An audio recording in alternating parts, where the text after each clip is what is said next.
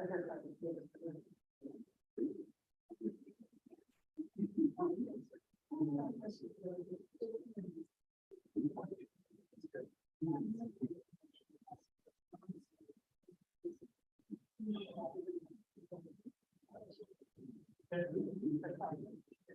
good evening, everyone.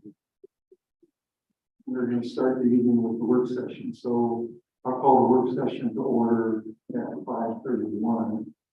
And the topic for today is the work session of school-based golf center. Joining us today is Alicia Holstapple, Marissa Whelan, and Angela. And I don't know, we'll just Go. Okay. Okay, off we go. Well, thank you all so much for having us here today. We're really grateful for the opportunity to tell you a little bit about what's been going on at the school-based health center here at Forest Grove. You've already sort of introduced us, and we waited a little bit, but my name is Alicia, and I'm the program manager for the school-based health center at Virginia Garcia. Where it says our medical provider at the Forest Grove location, and Angie is our director of operations. So a little bit of introduction there for us. The next slide, please.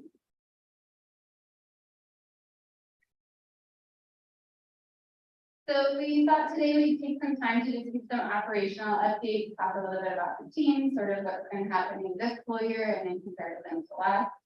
And then a little bit about how we're working together this year, and then make sure that we have plenty of time to discuss questions from you all and anything like that. But to start, so we are now open Monday to Friday, 8 to 4:30.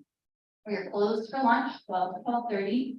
And a note on this schedule for right now is that Earth is on telemedicine on Wednesdays.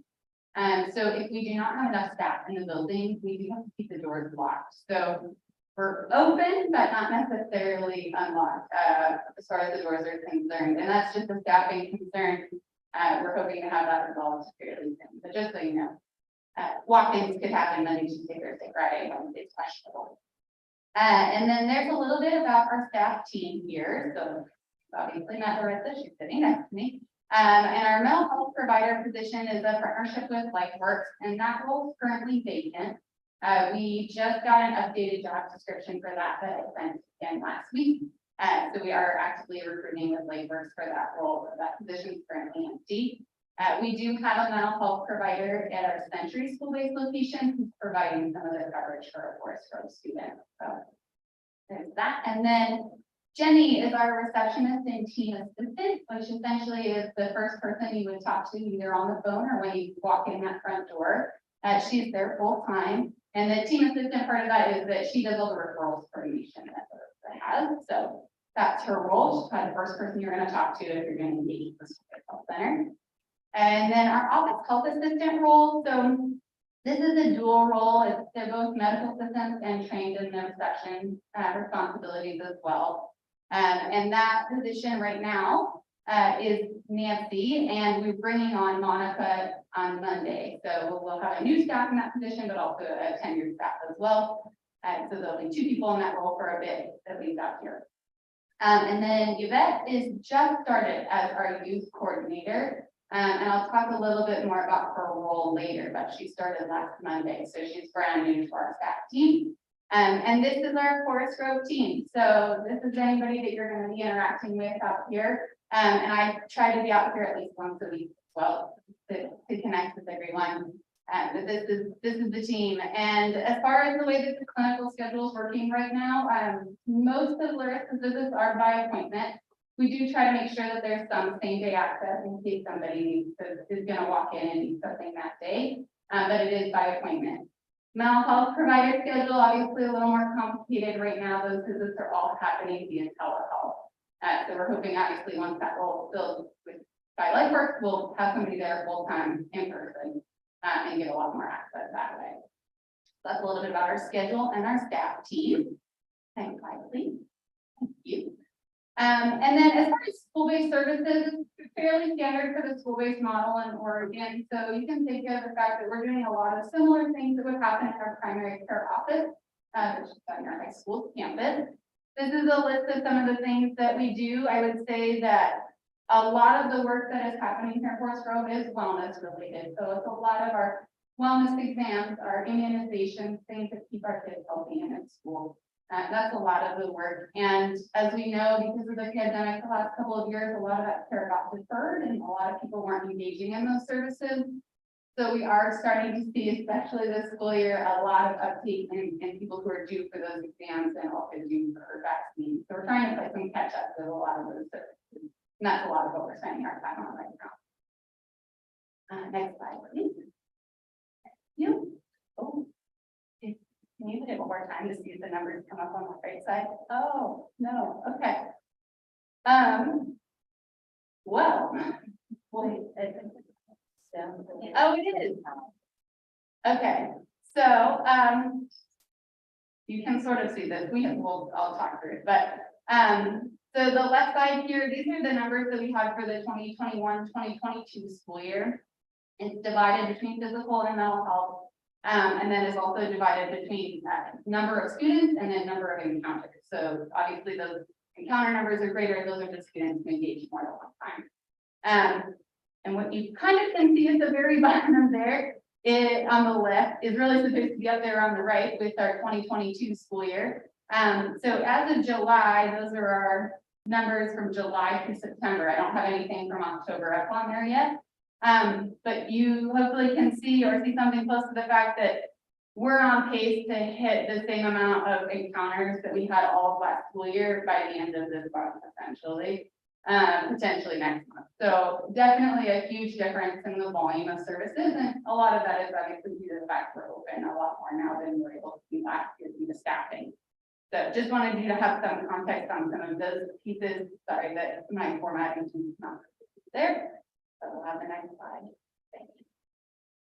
Okay, so I mentioned this a little bit earlier, but our youth coordinator just started last week will be the person who facilitates our student health advisory councils. So this is a student-led group that we usually have on every high school campus that we are involved with. So this group is generally students who are really interested either in healthcare, health services, advocacy, those sorts of things. We have some statewide like opportunities for them to advocate for school health, but really they focus a lot on their high school population, finding projects that they think will be relevant to their campuses that support the health and well-being of their peers. And so that is a little bit about what SHAC does. We call it SHAC for short. But yeah, that just started last week. So we are a little bit behind this school year in getting that started and getting those projects going, but she'll be connecting fairly soon with each individual district to get that student group up and running if possible. And then, well, there is a typo here. So every month, it's actually the second Friday, not the third Friday, that's my mistake. At 1 o'clock, we do have a meeting time that's set between Virginia Garcia and Forest Grove School District personnel. And this has been a great time for us to just sort of collaborate over anything relevant to our FGSD operations.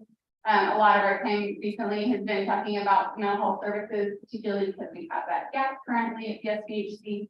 But really, it's just been a nice time to get to know the district staff and make sure that we're collaborating in a way that benefits everyone and we're doing the work that needs to be done here. Can I ask a question? Could we go back to the last slide, please? So what is the difference between students and encounters?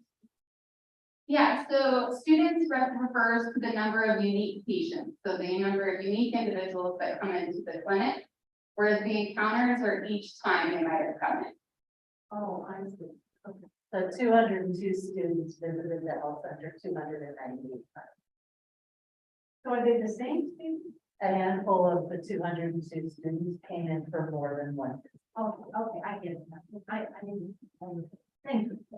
And then my other question would be that data, what does it look like pre-pandemic? Is it pretty similar? Is this year more similar to pre-pandemic, or is it still showing an increase? That's a great question. So yeah, so we'd be looking at the 18-19 school year for that data. My understanding is that the schedule is tracking more similarly this year, although I would say it's probably still at an increase. I think some of that's that deferred care and that missed care from the last couple of years. I don't have all those, I can get all those numbers for you. But I would imagine It's generally between 400 and 500 students, that's what a school-based health center. Most school-based health centers can expect to see in a year, for another one, I don't, 2.1 visits per student, so then I multiply that. So it's tracking for what I would expect from one. That mental health piece too, I would say, has always been a challenge to build and maintain, as is most mental health positions in community-based mental health. So that's something that we've been talking about, exploring different options. So that's still an area just community-wide that's to be a problem. Being in a rural area and requesting that they be Spanish speaking creates additional challenges. So. What are the credentials for the mental health? It is- Regards to state or, what are the credentials? Yeah, it is a master's level position, so there is some very obvious education requirements for the role. They do not have to be licensed necessarily, but they do. And if they're not licensed, then we have problems with being able to bill private insurances. So that could create a barrier to other students. It's not a problem for OHP, for Medicaid students or for uninsured students, but for somebody who's got Blue Cross Blue Shield or Aetna, it would be a challenge And is it, if they're not licensed. is it social work, is it counseling? I want to say that the job description and the title in there, if there is some flexibility, I think maybe you have it listed as, masters in social work or counseling, maybe if there's something that I'm not remembering. Across our entire system, we have licensed professional counselors, licensed clinical social workers, and licensed family and child counselors. So it can be any one of those, or pre-licensed, working towards that licensure.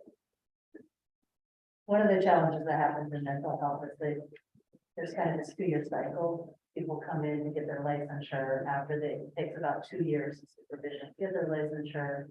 And then once they do, a large number of them go out to private practice or go into group practice within the community, so that you just kind of constantly have this 2-year turnover.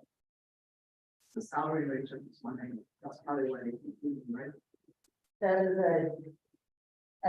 they just had, LifeWorks just had to reassess the salary and do an equity review on that in healthcare in particular, but I think also in education. The pandemic has really altered the staffing world. And certainly our salaries in the last 2 years are all across healthcare have been significantly changed. So the LifeWorks just reposted that position at a pretty significant level, even for an unlicensed person. And I want to say, I haven't looked at the thing, but I think it's 65 starting now. And then there's a $10,000 increase for your licensure. So you'd be looking at somebody just out of, just starting off. Yeah, and that's an update that's just this week, that change, and that's awesome. All right, so the other thing I just wanted to mention is that we are in some initial conversations about how Virginia Garcia as a whole and Forest Grove High School can partner to support our students who are considering or potentially going to start pursuing healthcare careers. So that's something that's really exciting and really important to us, is working on our workforce development. And we're really looking forward to seeing how those conversations sort of unfold and what we can build together in that. So another really exciting thing that's been happening just this school year. Today in the superintendent student advisory just came up. And so it's actually, Cotton Meyer is also in the advisory. So I know there's interest there from folks around this. So yeah, we'll connect with Karen in the high school, because I think there's folks, kids who are wanting that. I believe there's already been a meeting set. The person on our end told me today that there's a meeting for us. Right. Yeah. We do have, our collaboration meetings that happen monthly, it's led really by health services, so we have our nurse on there, we have our nurses, the clerical assistant, and we have our care coordination team for the mental health, so that's really helpful, kind of coordinating on what's going on in mental health. And then, we will bring on Chelsea from the high school in terms of having admin liaison there, because it really does most of the things impact the high school. So we bring up surface issues and then, bring people together to figure things out. So it's been a really great partnership. Yeah, I'll say especially connecting with your mental health care coordination team, like that has been a great contact, I think, for us to, be able to pick up the phone and talk about students and about ways that we can collaborate more closely or just making sure that everyone is prepared to discuss it. And I agree with it. It's been a great meeting space, for sure. Right, next slide. Just at this point, we would love to open it up if you have any other questions, other pieces that we want to talk about, topics, anything you see is relevant for the time that you have for us. And again, thank you so much for having us here. Okay. Do you have any data showing those different areas, how many students are involved, like, you said like physical, I guess maybe the physical for sports and birth control, and do you have any data? For those different areas? By particular, like service that's offered, Students using the service. I can tell you anecdotally what I'm seeing. Oh, okay, you don't have. Yeah, but I would say like, the vast majority of what I'm doing right now, is wellness exams and sports physicals. This year we had a lot of sports physicals and Special Olympics, physicals for unified sports. It's very exciting because these kids are coming over like very close, they're able to get in where it's been, difficult for our community providers because healthcare is just generally short staffed right now. And so that's been exciting to help these kids get in, get back to class quickly. And I would say that's something that's kind of new this year compared to other years. So that's exciting. And then we also see, we're seeing more acute care visits, and this is something that we has not been able to provide earlier on in the pandemic because we didn't have the physical space to have well visits and fit visits together with a pretty small clinic. And so we're working on logistically how we can provide those services to kids. That's been kind of fun, seeing a different variety of things in the clinic. And again, that can help kids get back to school quickly. And then mental health is a big component of what we do. Screening for depression and anxiety. Reproductive health is something that we offer, and Chris talked about this kid, how important that group is. But it's actually so far to state, especially this way, that's a very small part of what we've been doing. Most of our parents and focus on wellness. And of course, we'll see anybody who comes into the clinic for but that's just sort of how it comes out. I would also say that we can get that data, certainly, when our information is on our health records, so we can tell you the demographics of the students that's being done, there's ethnicity, language, gender, all of that information, as well as what type of visits they're having, or we just don't have that data available. Have you, I know that we have pandemic and other things sort of shut down. Have you surveyed, or I think you're surveying the students to see what they would like in high school? Because I look, the numbers are small, it's 202 or something like that. Is that comparable to other health centers in other school districts about our son? If we do a survey as part of the health centers, that what percentage is it? And basically we just try to look at who comes in. So that is really important for us to understand what our students want. I think as far as numbers with other health centers, that better, but I think an area of growth for our clinic is just figuring out how we can have students access the clinic in a smoother way where they're not having to worry about getting out of class and the parent needs to go and sign out the child for their appointment. Just kind of working with the school to figure those pieces out. I think would provide better access to the clinic. And then I think this kind of goes into like what I hear on the point, like, oh, I didn't know you were here. And so I think just getting this out to our students, like, yeah, we're here. We're here to help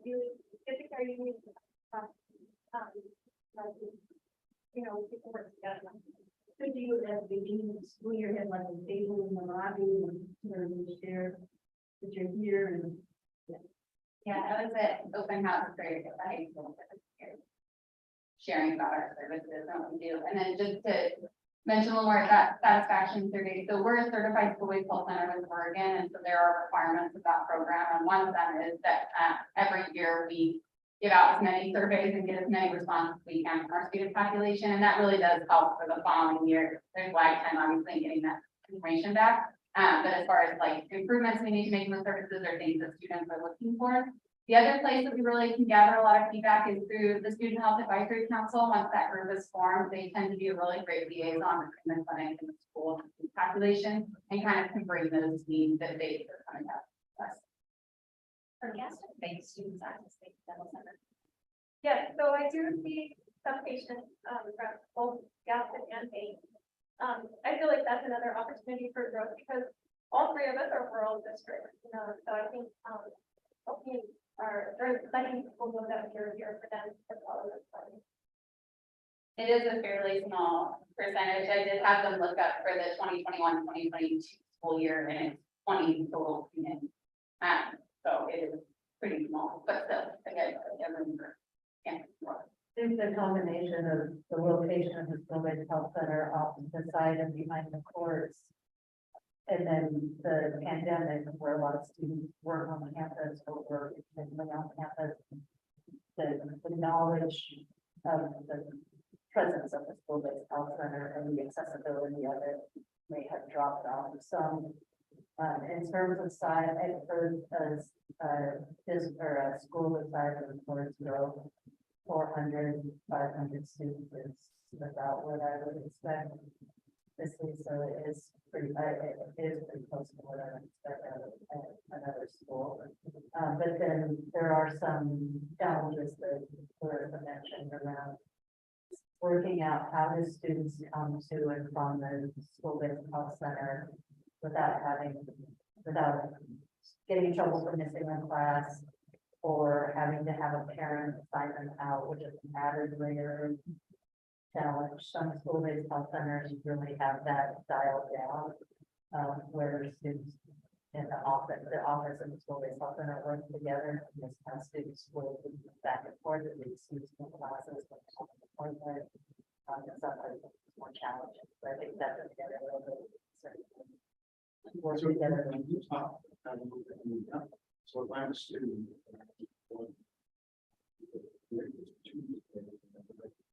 I want to go to the school, it's not something that how does that happen? I think right now, like let's say this was a 15-year-old, so Oregon, they could come over. But I think right now there is a barrier, like how do we get into the health center? And so, Class, Right. right? And so I'm just wondering how that works. This is something that we serviced in our last meeting. Yeah. Okay. And so that's why we're actually gonna bring the attendance secretary over to our next meetings, try to figure that out. What we asked is what do you do in other districts? And so, they described that process and I spoke with Karen and that's the process we need to have, but we need to connect with people to get it going because, there is a bit, you know, you have HIPAA, you have FERPA, you have some things you can disclose to parents and some things you can't, but it's really a barrier when you can't. We're worried about those things constantly, but we can't just get that access. So they do have a really good system that I think we will adopt. We're just connecting them Other schools. from the way their schools do it to be able to have kids go back and forth and so we can still track students and make sure they're coming back to the building. But we'll bring folks together in our next meeting and put that together. And then tell students how that works. Yes. Right. There are lots of different models for how school-based health centers operate, and depending on over the years at Virginia Garcia, that those models, we've tried different models, different directors tried different models.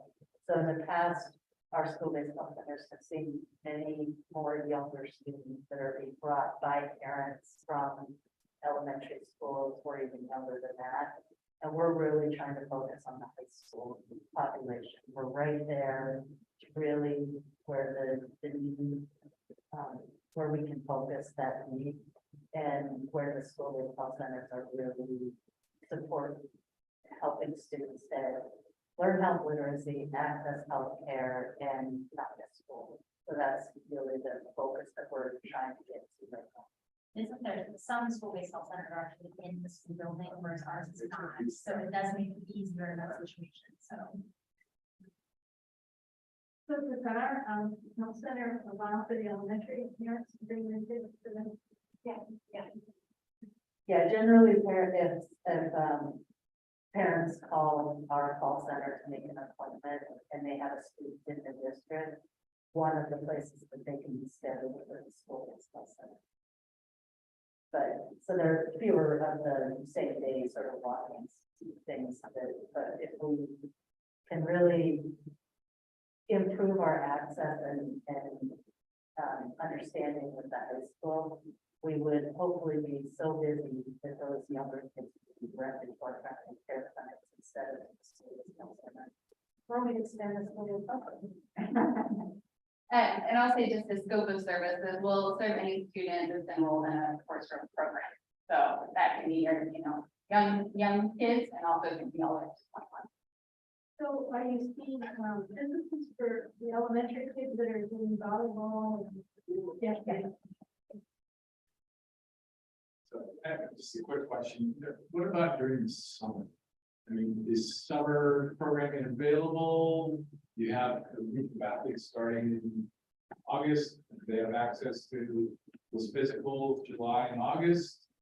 If I happen to have a need, can I call and make an appointment to come in? Those kinds of questions that have been asked of me and haven't answered. Yeah, good questions. It's been different in different years, so that's, there's some variation there, but going forward, we'll look to operate during the summer just on a more limited capacity. So instead of being open Monday to Friday, 2 days a week instead or something. But we are, the intention is to keep some level of service there. So that, yeah, particularly for our fall athletes, that they would be getting those sports physicals done in a timely manner, and potentially even pursuing like events that would be specific for in July. Do you have about sharing that information with the clientele? Is there a process in place for sharing that information with the high school students, staff, those kinds of things? That is definitely an area that we're working on. And right now, I think my best communication, again, Kim and I've sent things that way, and that's sort of how we disseminate it. I can see that Shaq and the student group, once that gets going, they'll build some of that material and sort of get it spread out amongst the community. But there's definitely an area that, We have the capacity to text all of our patients who have cell phone numbers in the system, but that gets really tricky with school-based health centers because are we texting the student or the parent? Are we calling a parent to the student? Like, it's a lot of complicated privacy issues there. I think there's an opportunity for us to work campaign, for lack of a better term, but Karen and I were talking today, just more presence on site. These are things I haven't chatted this group about, but I think that David and I communicate what needs to be pushed out, where does it need to be pushed out, but that's an area that, it is hard to get multiple people involved in the system, trying to find one person just so. That'll be on our list. Those are the questions that asked of me coming in there, those kinds of questions. That is just being, they're not aware of the services. yeah, and we know that there's communication needs for sure. I think that connecting, I'm on the student physical part, to just connect with the athletic secretary. And as they push out, there's good ways for us to do that. My question would come back to, and I know you don't have a crystal ball, but over the pandemic, this thing kind of blew up on us. What does it look like staffing going forward? I mean, we're still struggling, getting completely staffed up for us. How are you seeing kind of the year out? I mean, are we anticipating cutting hours to leave the staffing we have right now to stay? I'm just kind of curious what you're thinking. The best guess is. We're praying. Yeah. Thinking less, praying more. Yeah, and I'll say, just from my perspective, in the last 6 months or so, there's definitely been an uptick in our candidate pools in the last month, maybe 6 weeks, I want to say. So there's some signs that are pointing to the direction of that there's some improvement in this overall staffing shortage. Our staff team certainly is in a much better place than it was 6 months ago. So we're making progress. I think looking out over the next year, I'm hopeful that that little sign of progress will be kind of that, generate that motion to keep going. And then that's also why we are investing a lot of time in our workforce development. We know that there is, going to be a significant gap. And so we really need to be focusing on how we are connecting young people to potential healthcare careers. So I am actually fairly hopeful. I think if you would have asked me a few months ago, I might have had a different answer, but right now I'm feeling a lot better about it. We're open full time. I mean, I feel good about that. I just, again, it's like we want to keep it up, and there's certainly some communication we can do. It's just an improved knowledge. I will say again, with us trying to open up that education pathway, this is another great example of there's lots of good jobs in this field, both at the entry level and at the license level, I guess. So again, it just feels like it's a good place for us to try and do some work. Okay, do we have, I was there earlier in another last week, similar subject, Washington County in partnership with Woodland College. Do we have any current partnerships with Woodland College for, these particular professional workforce in our student health related, like, programs? So the PCC has a new president, and I have a meeting. We met with Washington County students to talk about this exact issue. One of the things, so we do have some partnerships, but there's still a lot of barriers for our kids. If they have to go to Sylvania, it's an hour and a half one way, and so it's a big barrier for our kids. So them getting to Rock Creek is a much better place, but they don't teach all the different subject areas at Rock Creek. And so we're starting to open up this conversation about how PCC can maybe do a better job for Western Washington County. We tend to have Western Oregon has some good partnerships with us. They do a lot of work for us, kind of being flexible with our students. But I'm hopeful that the new PCC president will will take what we're saying and, but I know I think Hillsborough has a probably more active partnership. And what I'm hearing is there's some space in Hillsborough that is going to get turned into a PCC outreach, where they'll start doing some of these pieces. So that would again be another great thing for our folks, our kids when we travel, part way into town instead of the other. But we're right in the middle of those conversations. We've been hosting those for Century High School students, or Hillsborough students, to help with that, Century. And they're all students who are in their MA program.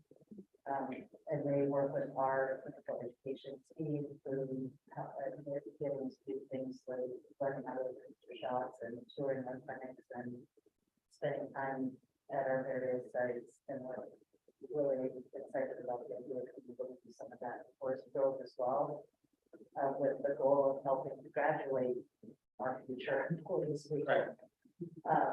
And then there's also a couple of programs, NEMA and there's another MA program right now that are remote learning opportunities, and we hire staff full time and we study to work at BGS. They're doing their MA apprenticeship. So we have some opportunities, but that would be generally after they graduate high school. I've also, last week I asked, I sent a message to PCC, because I was reading through, they're going for a bond also, and, is, community member and also having an interest in our students here at Forest Grove. I did ask a question, how is your bond going in Forest Grove, Washington County? So I'm still waiting to hear because a lot of it seems to be focused on Sylvania with a little bit of Rock Creek. So I'm like, I'm not gonna vote for it unless I know what you're gonna do for our kids over here. So I just want to share that. Well, I have another question.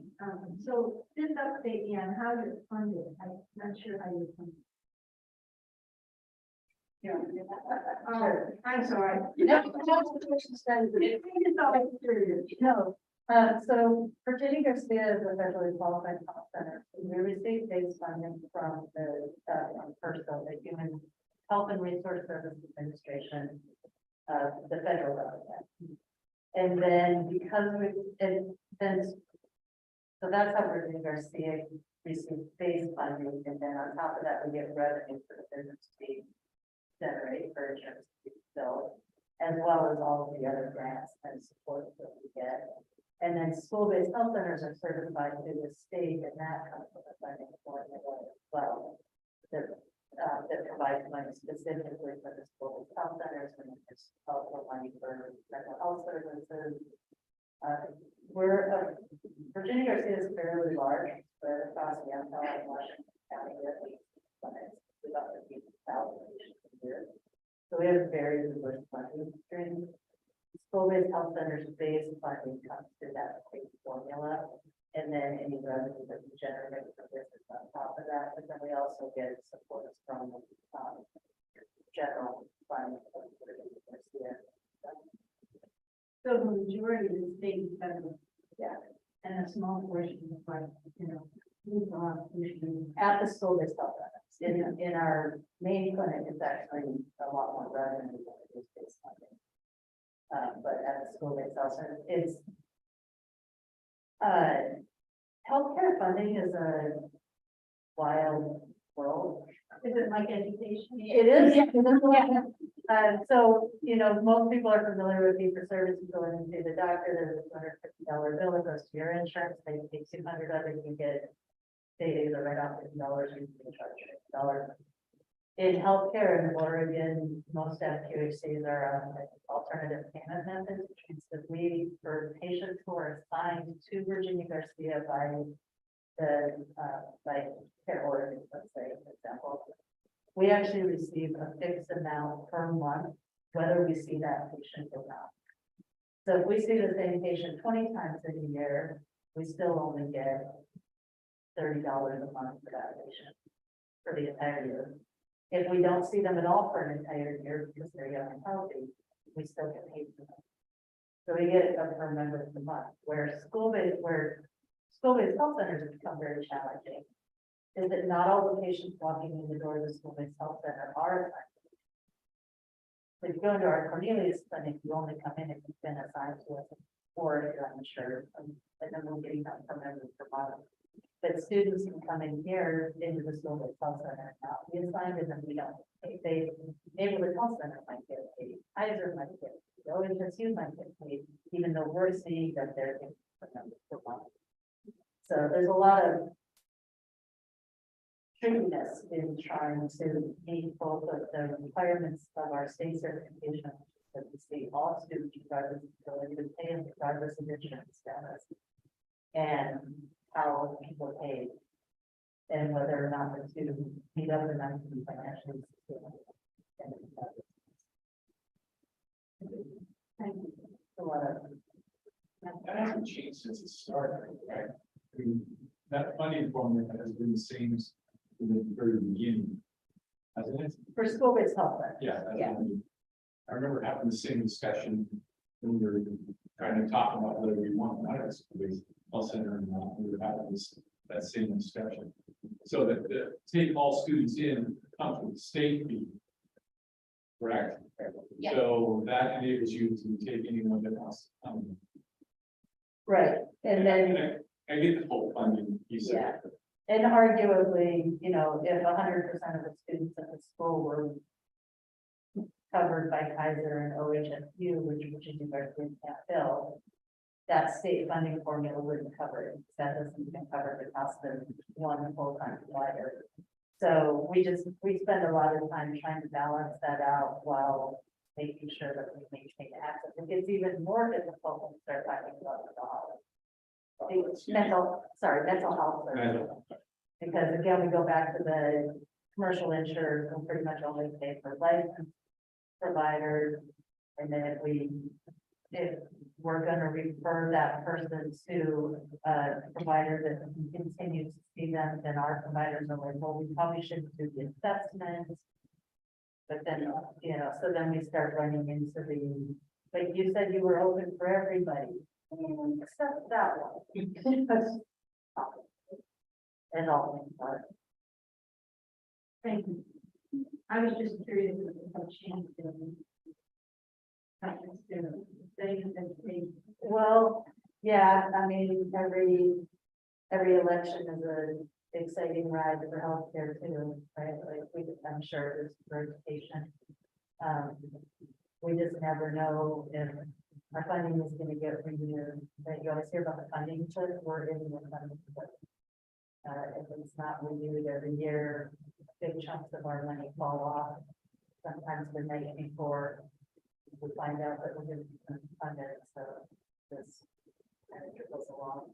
So it's all kind of a little more stable because we're state focused instead of federal focused, but the federal funding is the base of all of the federal focus. I say Alicia, when Alicia got here a couple of months ago, I was like, welcome to our school-based health center program. It's like one employee of one provider. Go make great things happen. And she did. So in answer to your question, I think, we've adjusted how we staff so that we're not as dependent on medical systems. That's why you see the front desk team assistant. That was the first thing she said, was like, can we shift away from being dependent on medical assistance? That's the challenge that we have. And then really focusing the team of staff that are here, letting them be a part of the fun. But being in a school-based health center can be an amazing experience if you're allowed to go to the sporting events and to the back to school night and to interact with the students and the parents and get in and out of the school and really develop relationships with the teachers and the students and the secretaries and all of those people. So we really try to make that something that makes people want to work in school-based health center. So I'm much more optimistic actually about our staff's ability in our school-based health center team than I am in our primary care teams, where we're still really struggling.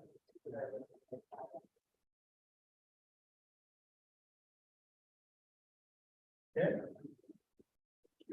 Any other questions? No, okay. Again, thank you for coming. This is really great. It's been a couple of years. Just kind of great to hear about the program, like connection piece. Like I said, we just talked today with students who were talking about this. So it was a great time. Thank you. Thank you. Thank you for the invitation. Appreciate it. Okay, with that, I'll do the work session at 6:14. And I'm making at 6:30.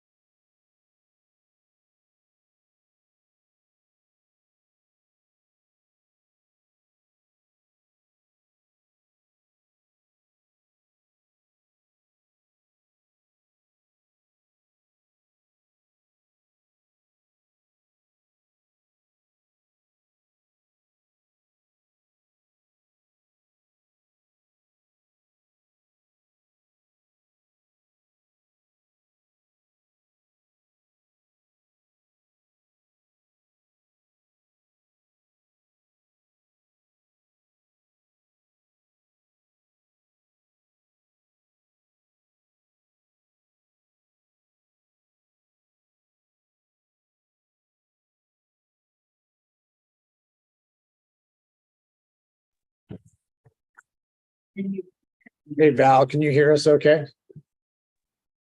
Yes, I can.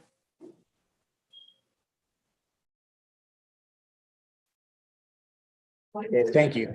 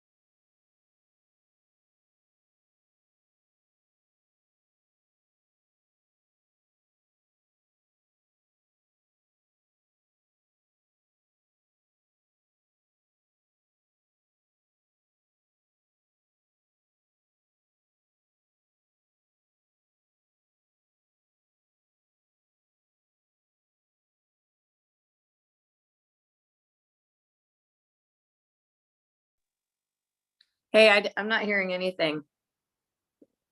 I'm not sure if you guys are going. Not yet, we're muted still. Okay, great.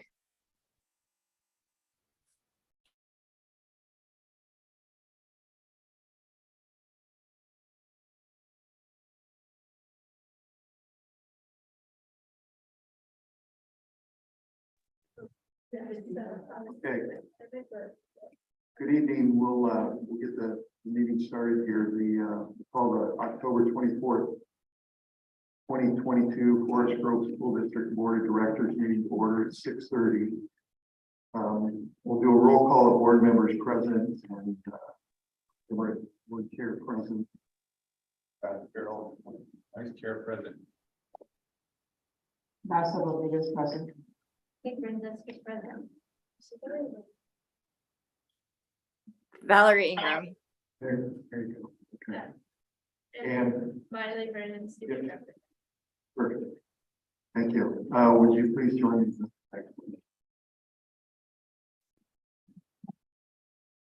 Pledge allegiance to the flag of the United States of America.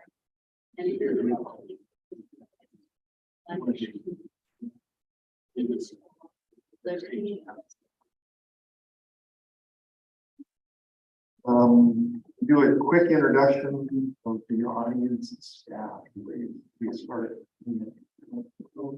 Beverly Cornelius, grandparent. John O'Neill, Assistant Superintendent. David Warner, Communications. Kevin Rain, HR. Eileen Luke, business. Facilities. And share student services. Christina Minor, student services. Elena and Anna Leonard. Allison Samuel, mathematics.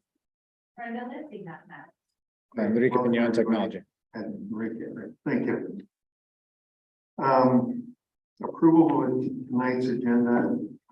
Is there a motion to approve the agenda for this? So moved. Second. Okay. We have to do a roll call vote on the yes. Brad? Yes. Darcy? Yes. Kate? Yes. And Val? Yes. Okay, thanks. All right, we're gonna move the student rep report up this evening. Miley's got to run to an engagement this evening at high school. Yes. Okay, so just, I'll go through really quick what the leadership. It's so long. Let me try this.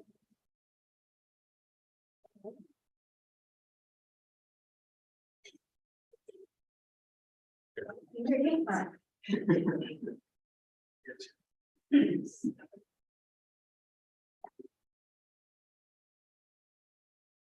Hello? Is it working? Yeah, okay. So I'm gonna go through a little bit of what our leadership organizations are doing right now. ASB, we're working on like planning for the future and future events that we're gonna be doing. Our LIA, they're doing the winter formal this year. We haven't put this specific date yet for it, but we're thinking either before winter break or after. Sure. They're also doing the Dia de los Muertos, planning for that and how we're gonna celebrate it through our school. And then they're also doing ELD tutoring. Our Renaissance, they're doing a shoe raffle, and then we have our Veterans Assembly, which is on November 10th, I'm pretty sure, I think that's a Thursday. And then we're also doing positive student notes around the school. Just some things to consider. I talked to our ASB today and also at our advisory thing today. Earthquake, we did our earthquake drill last Thursday, I think. We, talking with a couple teachers, we don't have buckets, like the earthquake buckets at our school.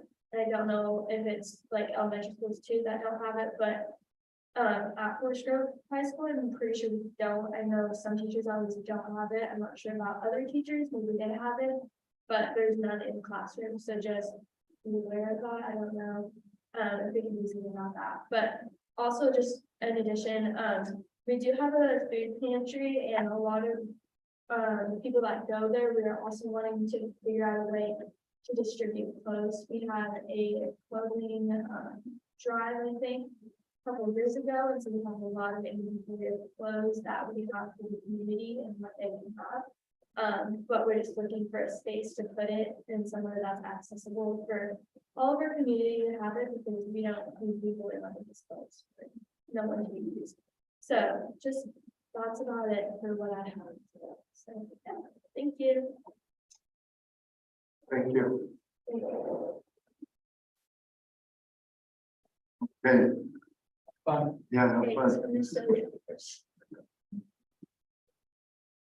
All right, let's see, I'm just gonna turn over to Mr. Parker here at this point for correspondence.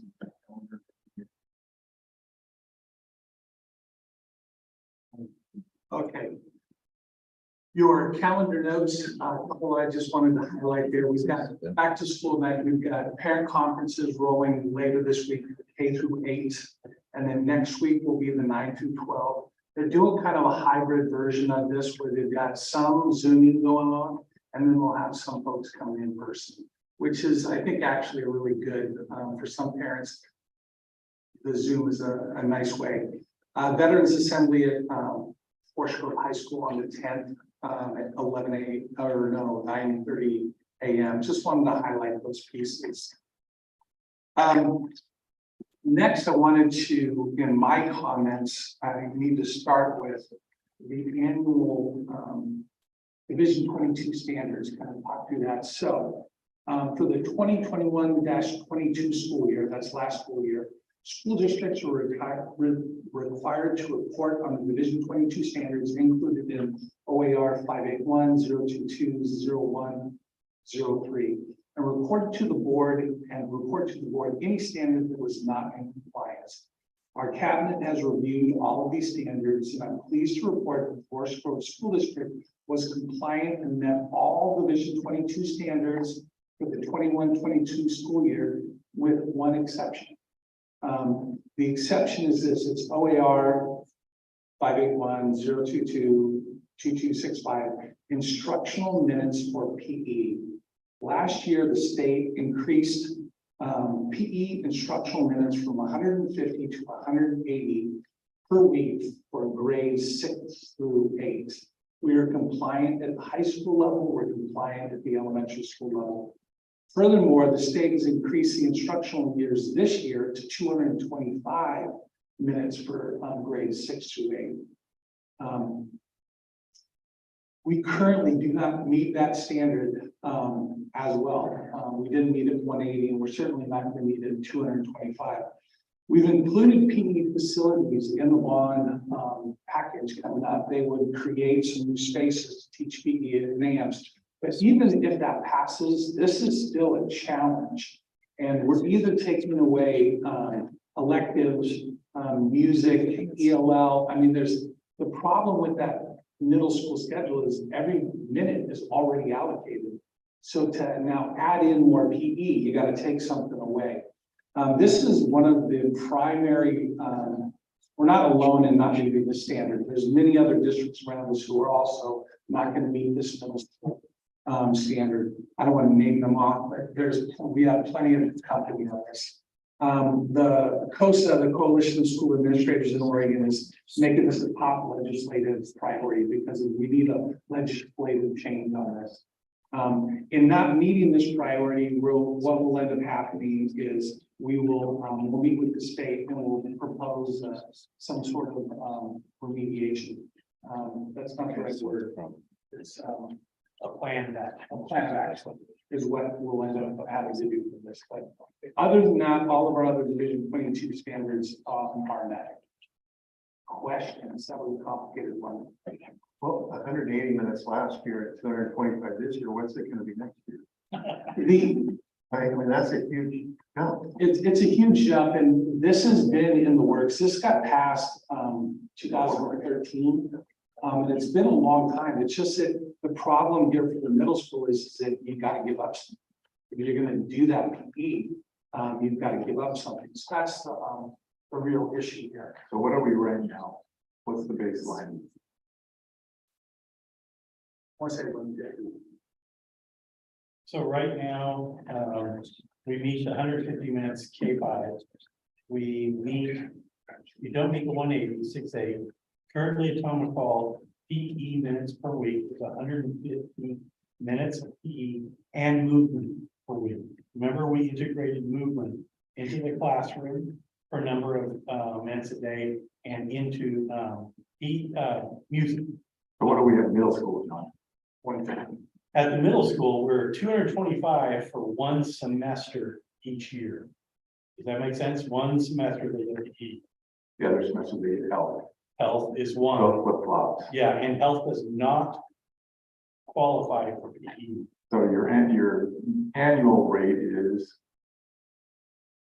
It's 45 minutes a day, every day. Yeah. In other words, 45 minutes a day, every day. And, you know, the trade-off, again, like Dave was saying, music, our AP Spanish, you know, it's that trade-off. And other districts, like Dave was saying, Washington County, were just saying, they don't want to make that trade, so. Thank you.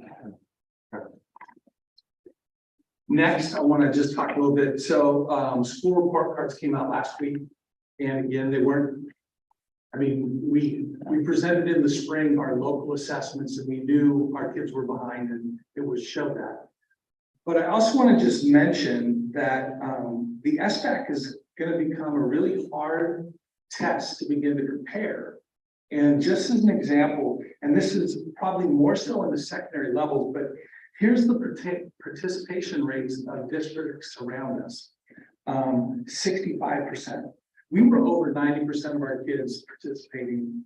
65%, 53%. These are all individual high schools. 72, 78, 84, 76, 9.7, 30, 1.2% of kids participating. 14, 21. So this poses a problem for the state if these, and part of this is through opt-outs and some of those types of things. But I just want to point out that it really behooves us now to get our assessment house in order, because our local assessments are going to be a better measure of how our students are doing because if we can't compare between schools. Now, the younger you get, I think the better the participation rates are. That's right. So, but it's still a problem for the state that they've got these participations. So we're not contesting the results. I think the results are the results. What I'm saying is comparisons are going to be really hard because we don't know which kids in those other schools actually took the assessments. Like I said, it's more right now, it seems to be more secondary than others. I wanted to take just a minute because of there seemed to be a little bit of confusion around just like what's the bond for. So I wanted to just run through a couple of slides here just to talk briefly about it. Go ahead and hit it. Most of our general fund is spent. It's like 80% of it is staff, salaries, benefits, services. You add in kind of debt service and then utilities and the rest. And there's about 6 to 8% of the general fund that you can spend on anything else besides these things. And so there isn't money in a general fund to really deal with facilities. And that's why in Oregon, we use capital improvement bonds as the method to kind of raise funding for buildings. Go ahead. We spent 3 years creating the long range facility plan. You know this, I just want to repeat it in a public meeting here. We created kind of a 100-year plan of when you have to replace schools over time, so you don't end up with any one decade being where you have to replace multiple schools. Why now for the bond? Couple of things that we're working on with this. First is safety and security.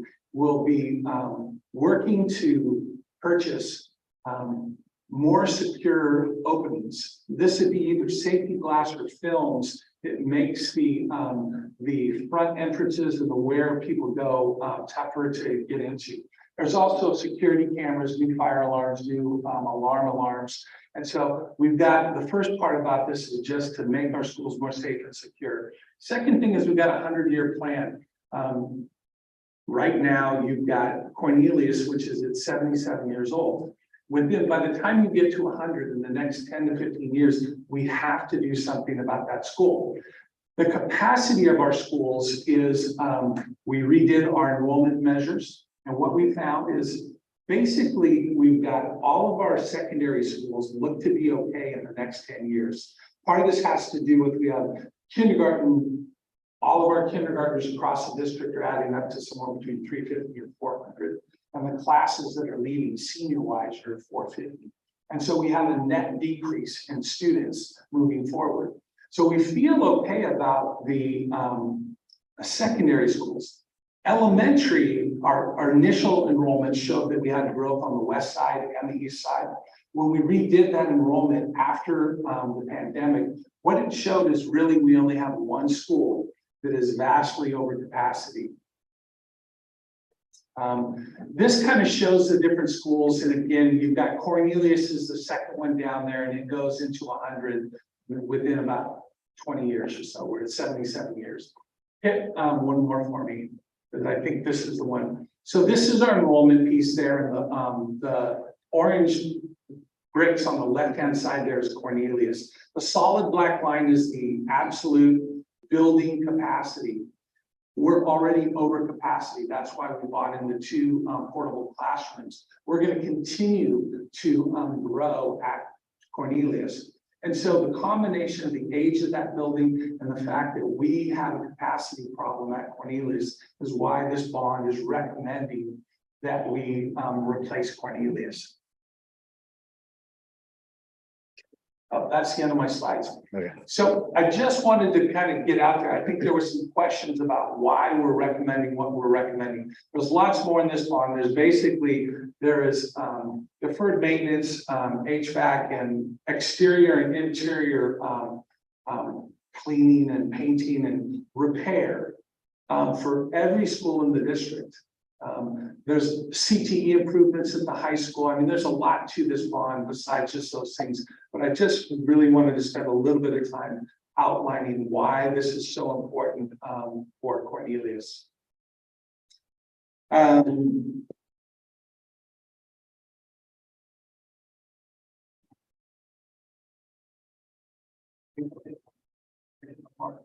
Questions that I can answer about that? I have a question about the SBAC. Yeah. So I would probably guess that through the elementary school grades, the participation is quite high. Yes. And then in the middle school, it's also quite high. Maybe I'm wrong about that. That's where it starts. to Okay, really trend okay. down.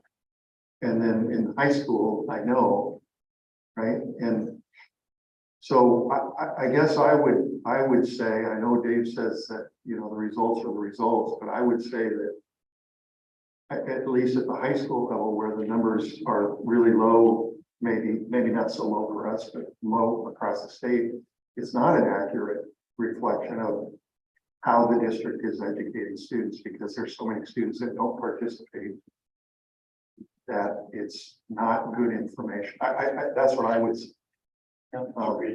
So Totally agree. You're gonna see in my superintendent goals, I think this is an important piece for us, is we need to kind of get our assessment house in order. Because we need assessments that are gonna inform instruction, and we've got a plan for how to start doing some of that. Right. But for exactly the reason you're talking about. Yeah, I guess I'm just wondering the value of the SBAC over time here when so many students opt out. That's all. So, I don't think I'm disagreeing with you. I think it's a conversation that we need to have. Yeah. As we begin to talk about, Right. what are we gonna do to make sure we can identify students who are struggling? right. And I agree that the district assessments and whatever those are, those are, you know, when students are participating in those in classes are better measures. The last thing that I wanted to bring up is, John and his team are gonna come up a little later and present on, because there was a question about what are you doing about these low test scores? So I just had them summarize, because there's a lot of work going on, but I'm gonna have them kind of summarize what is it that we're doing to address where kids are at, so that you and everyone else has the words to describe kind of what's the program. My question is, along with you, Mark, is can we as a district opt out? Is it not a meaningful assessment? So I don't believe we can, but I think there's gonna be a lot of questions asked at the fact that when a district has 1% of its students participating in this. And across Beaverton and Lake Oswego, there's really a lot of variance in these participation rates. I think we have to have a conversation about it. So what are we doing as a state, and how are you using this data? Like I said, we had a pretty good presentation, so I'm not disagreeing with the results. They measured what they measured, and now we need to address that. It's just that when you start comparing districts, I think that gets a little dicey right now. Well, when I think about how much time it takes for the test and the loss of instruction in the classroom, I want the kids in the classroom getting the instruction, because it looks like this test is not meaningful. The assessments that we do, whether it's math or reading and writing, are very beneficial. And the teachers know, principals know, as a district, we know as a board. But I've never been a component of this state test, because the kids are gone, by the teacher, we're just comparing district to district. And we already have the fewest days of instruction, I would think, I don't know, the superintendent will have to be done in the department of education. Right. So where we can bring them. Right, what I would say is that the problem for SBAC and us is our teachers don't get the information in time to be able to adapt instruction for the students. It is a measure of our performance as a state, which the state wants and they need. The problem right now is this current system is not producing the kind of information. So there's a lot of questions that need to get asked about where we're going forward. For us, though, I know we'll talk about it in my goals. We are already looking at how do we, because our assessment system right now is not great. We have multiple different assessments, trying to compare them, trying to teach teachers how to use them. If we're all using different ones, we need some work on this. So, yeah, I don't know if I have to there or not, but You did. yeah, Foreshadowing. yeah. Okay, thanks. You bet. All right, let's see, where are we here? Unscheduled public appearance. Okay, so I don't need to read this. Okay, no public comments this evening, so we'll go on. Move on to the consent agenda. The consent agenda is made up of routine non-controversial items to be voted on under one motion. Are there any items within the consent items a board member or the superintendent wishes to discuss separately? I don't see any raising their hands, so we will well, we need a motion to approve the consent agenda. I move. Okay, I'll move. And I'll second it.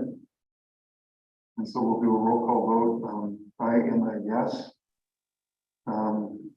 Brad? Yes. Narcy? Yes. Kate, Yes. and Val. Yes. Okay, there you go. All right, that motion passes. Thank you. We're on to presentations. The first one is a general fund budget update by Eileen.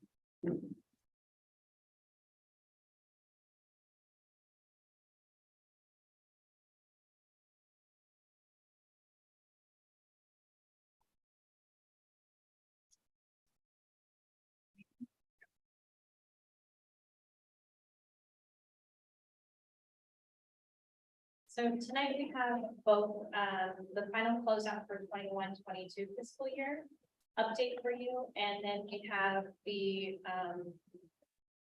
22-23 current cash flow and what we're seeing today. It's still for the final 21-22 pre-audit. We had our auditors here on site the first week of October. They've done a lot of their interim work, a lot of their preliminary work, so they're just closing up some things. We don't anticipate any major changes from what I'll do tonight. I don't anticipate any changes, but I never know until they finish it in December sometime. So this will give you kind of a view of what we will be closing out last year as.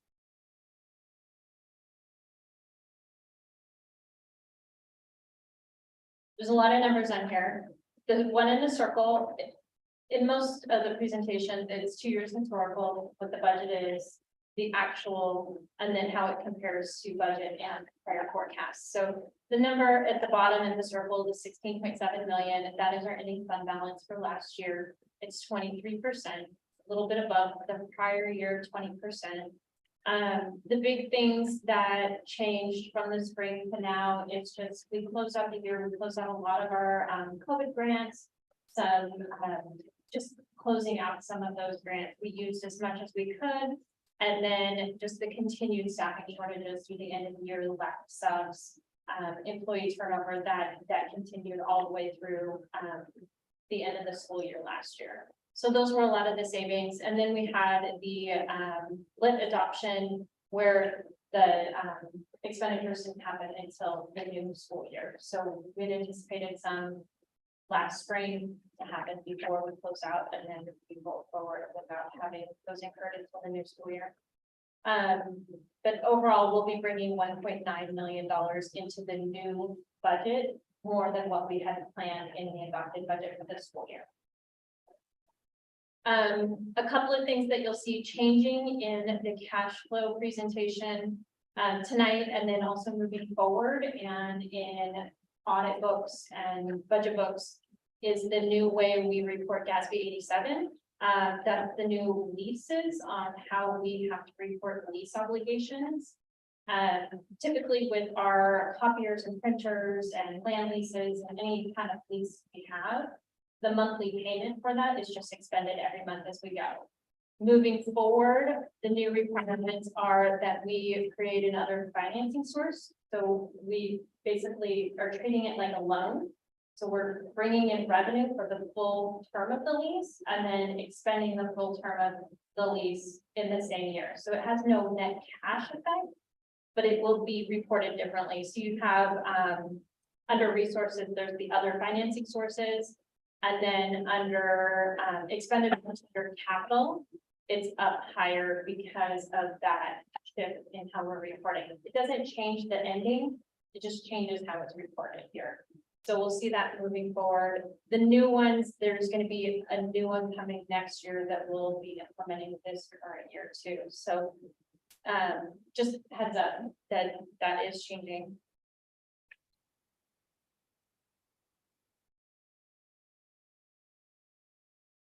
Budget appropriation. This is what the budget committee and the board adopts at the end of the school year or for the school year for our maximum that we can spend by major fund and major function. And I'll provide you guys with copies of all of this stuff too. But overall, by major fund and major function, we stayed within budget balance through the course of last year. Except for the enterprise and community, it's that third line down. We coded the summer school matching grant funds. So the summer school grant had a match requirement, and so we offset it at the general fund level instead of a grant, and so that's why you see it here. If I would have done it before June 30th, I would have switched it from the appropriation from support services to enterprise. But I didn't see that until after June 30th, so it will show up here. Let me switch back. I think what are the transfers? Can you go back? Oh. That's all right.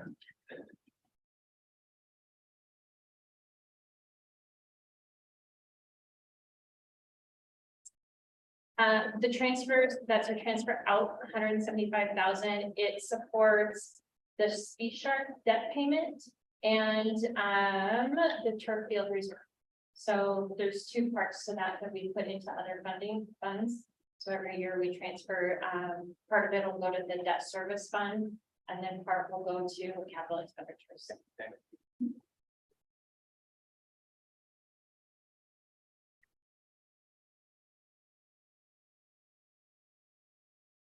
Okay, for the new year. Just a caveat before I go into this, that typically by the end of September, we've run the first payroll for all licensed or classified staff. We have the new health insurance in there. We have a good idea of where we're at for payroll, and payroll is the biggest line item in all of our budget. We have over 80% of our budget is in labor costs. This year we have just a lot of shifts happening still, and a lot of turnover, a lot of hiring is still happening. So as we go into the October payroll, when it's ran next week, and then the November payroll, I see us being able to like slow down and actually see where we are. We're seeing a lot of savings in just the shifts in the labor costs, and I'll go into it here in a minute. But typically by now, I feel pretty comfortable about where we're at. Right now, this year, there's still so much moving parts that this is just like any other cash flow. My best guess at this time.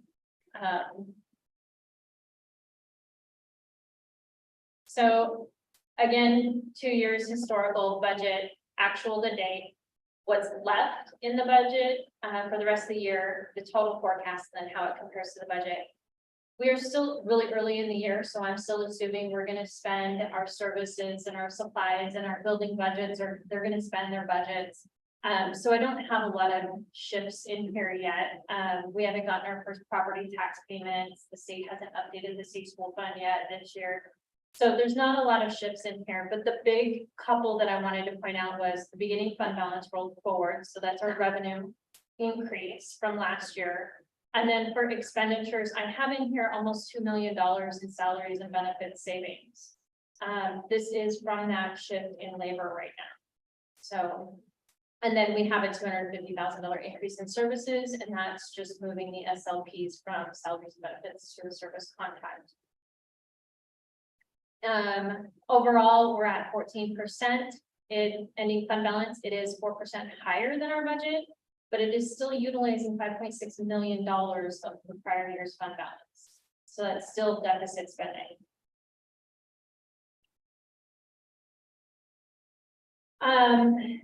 Just some of the things that are impacting the salary and benefits costs is the employee turnover, continued expansion in grants.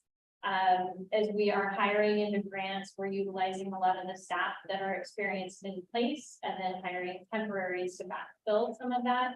So we have lower costs in our general fund. As those shift back into the general fund, we could see a shift backwards there. But we just have a lot of employee turnover, a lot of new employees in the district. We have a lot of open positions, so as positions are maintained open every day, that's savings.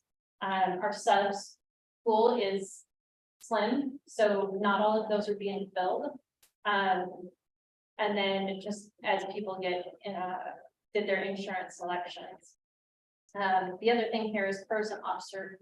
I'll talk a little bit more in a couple of slides about that shift in the savings there.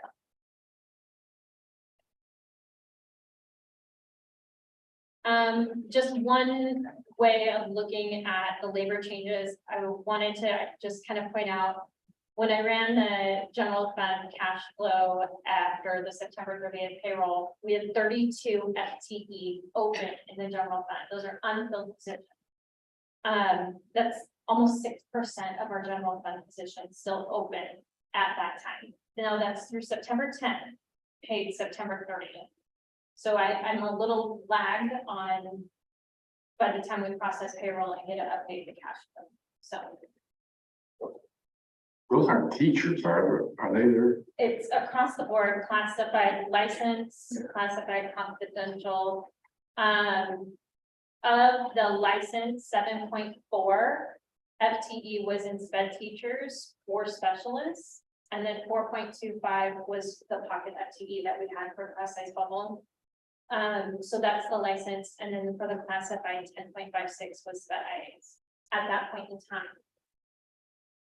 So that's why when this year is a little odd because normally we would have a lot of these filled and we would have that data where right now I'm assuming a lot of things that these are going to get filled today. These are going to get, you know, average salaries. So as these get filled, I'll have a better feel of where we're going to end with our salaries and benefit costs this year.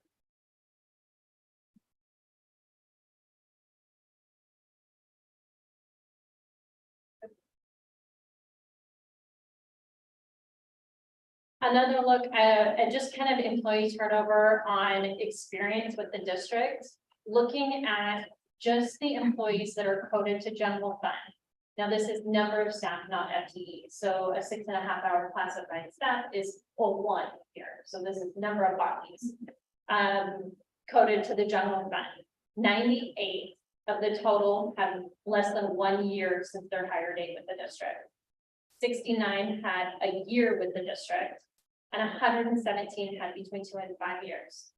That's 47% of our total general fund FTE, not FTE, sorry, bodies in the general fund have 5 years or less with the district. With the district, not experience, Not experienced. So you can with the have- district. right? So that just kind of shows that shift over the last 3, 4, 5 years of how many new individuals we have in our community. And then just another side note was, since when we rolled payroll budget for this year, I roll it February 1st. And since then, and I used the staffing that was in place at that point in time to budget our labor costs. Since then, 10% of our total employees in the general fund have new hire dates. So that's where that labor savings is really coming from. Another part of it is the shift from PERS to officers. So as employees that have a lot of years of experience with the district, they qualify for PERS, start to retire or resign. PERS rates cost us 19% of salary base. Whereas new employees coming on board, it's only 15.9%.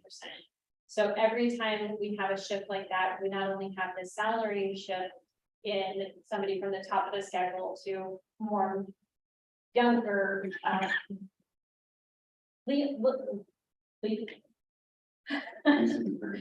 least experience. So we have the savings in the salary cost, but we also have the savings in the shift in which retirement can qualify for. And then the other piece was for the new employees, as of September, we still have 43 employees still in their leave period. So every time there's somebody new in the district or new to PERS or officer, it's a 6-month waiting period before we contribute and the employee contributes to retirement. So every time there's that, we have that 6 months benefit reduction savings. So it's kind of compounded.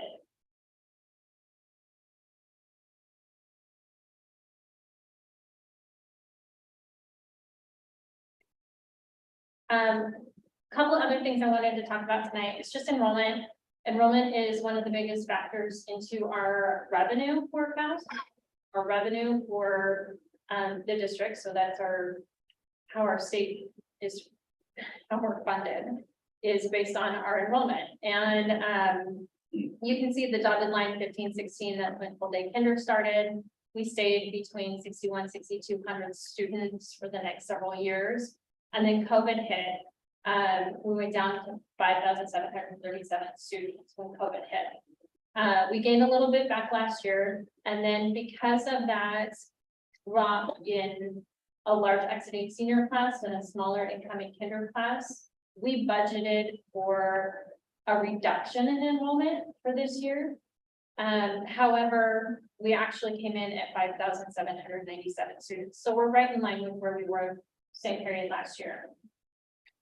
The reason why I'm not projecting any change in revenue because of this increase to budget is because we budgeted on the floor funding with the state.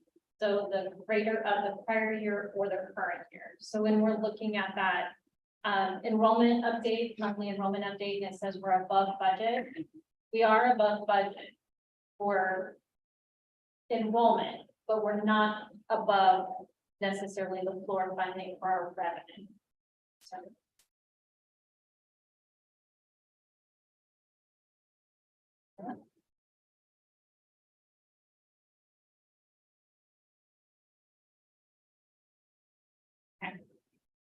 The last two slides I have are really just to kind of give updates on things that we're looking at right now and things that are going to impact our future in funding.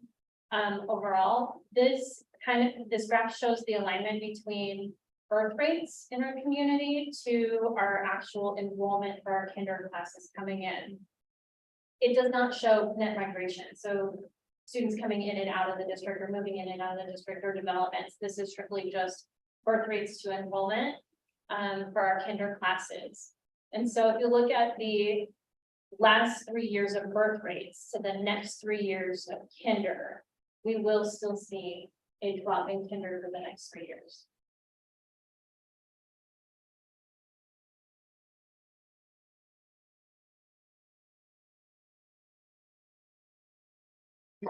So basically, what I've seen is that we should anticipate a lower enrollment Yes, based on that.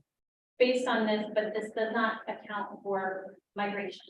So it doesn't account for housing development, apartment complex coming in, but we will be looking at this when we're projecting our enrollment for our kinders coming in during this budget cycle. Right, okay. But us continue to stay conservative in our estimates is still, that's a positive. Yeah, even in new development, the history has said that, we're not seeing a lot of kids in the new developments that are coming in. Yeah. Okay.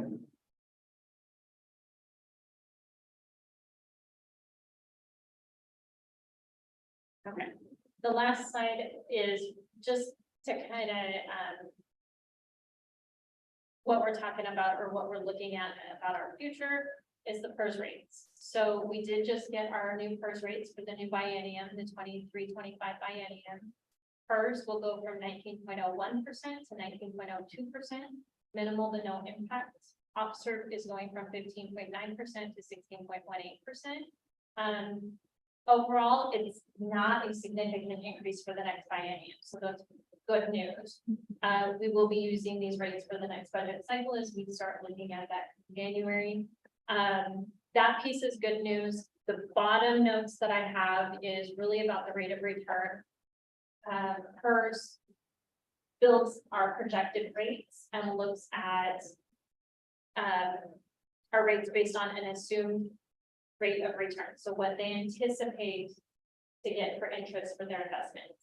And they assume 6.9%. Last year, we got almost 20%. So that's why rates are going to stay pretty good going into the next biennium.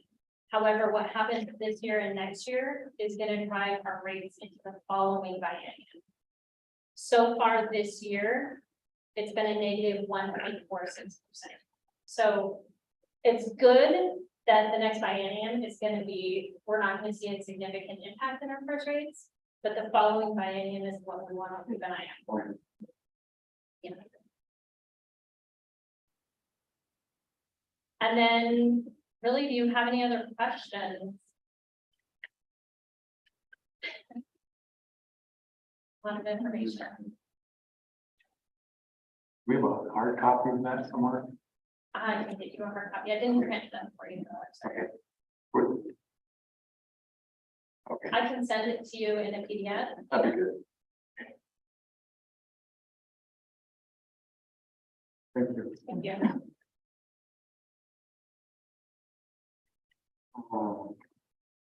See, Eileen's here again for the student investment account, grant financial up here. Sue today. Yeah. This one will be really quick. So.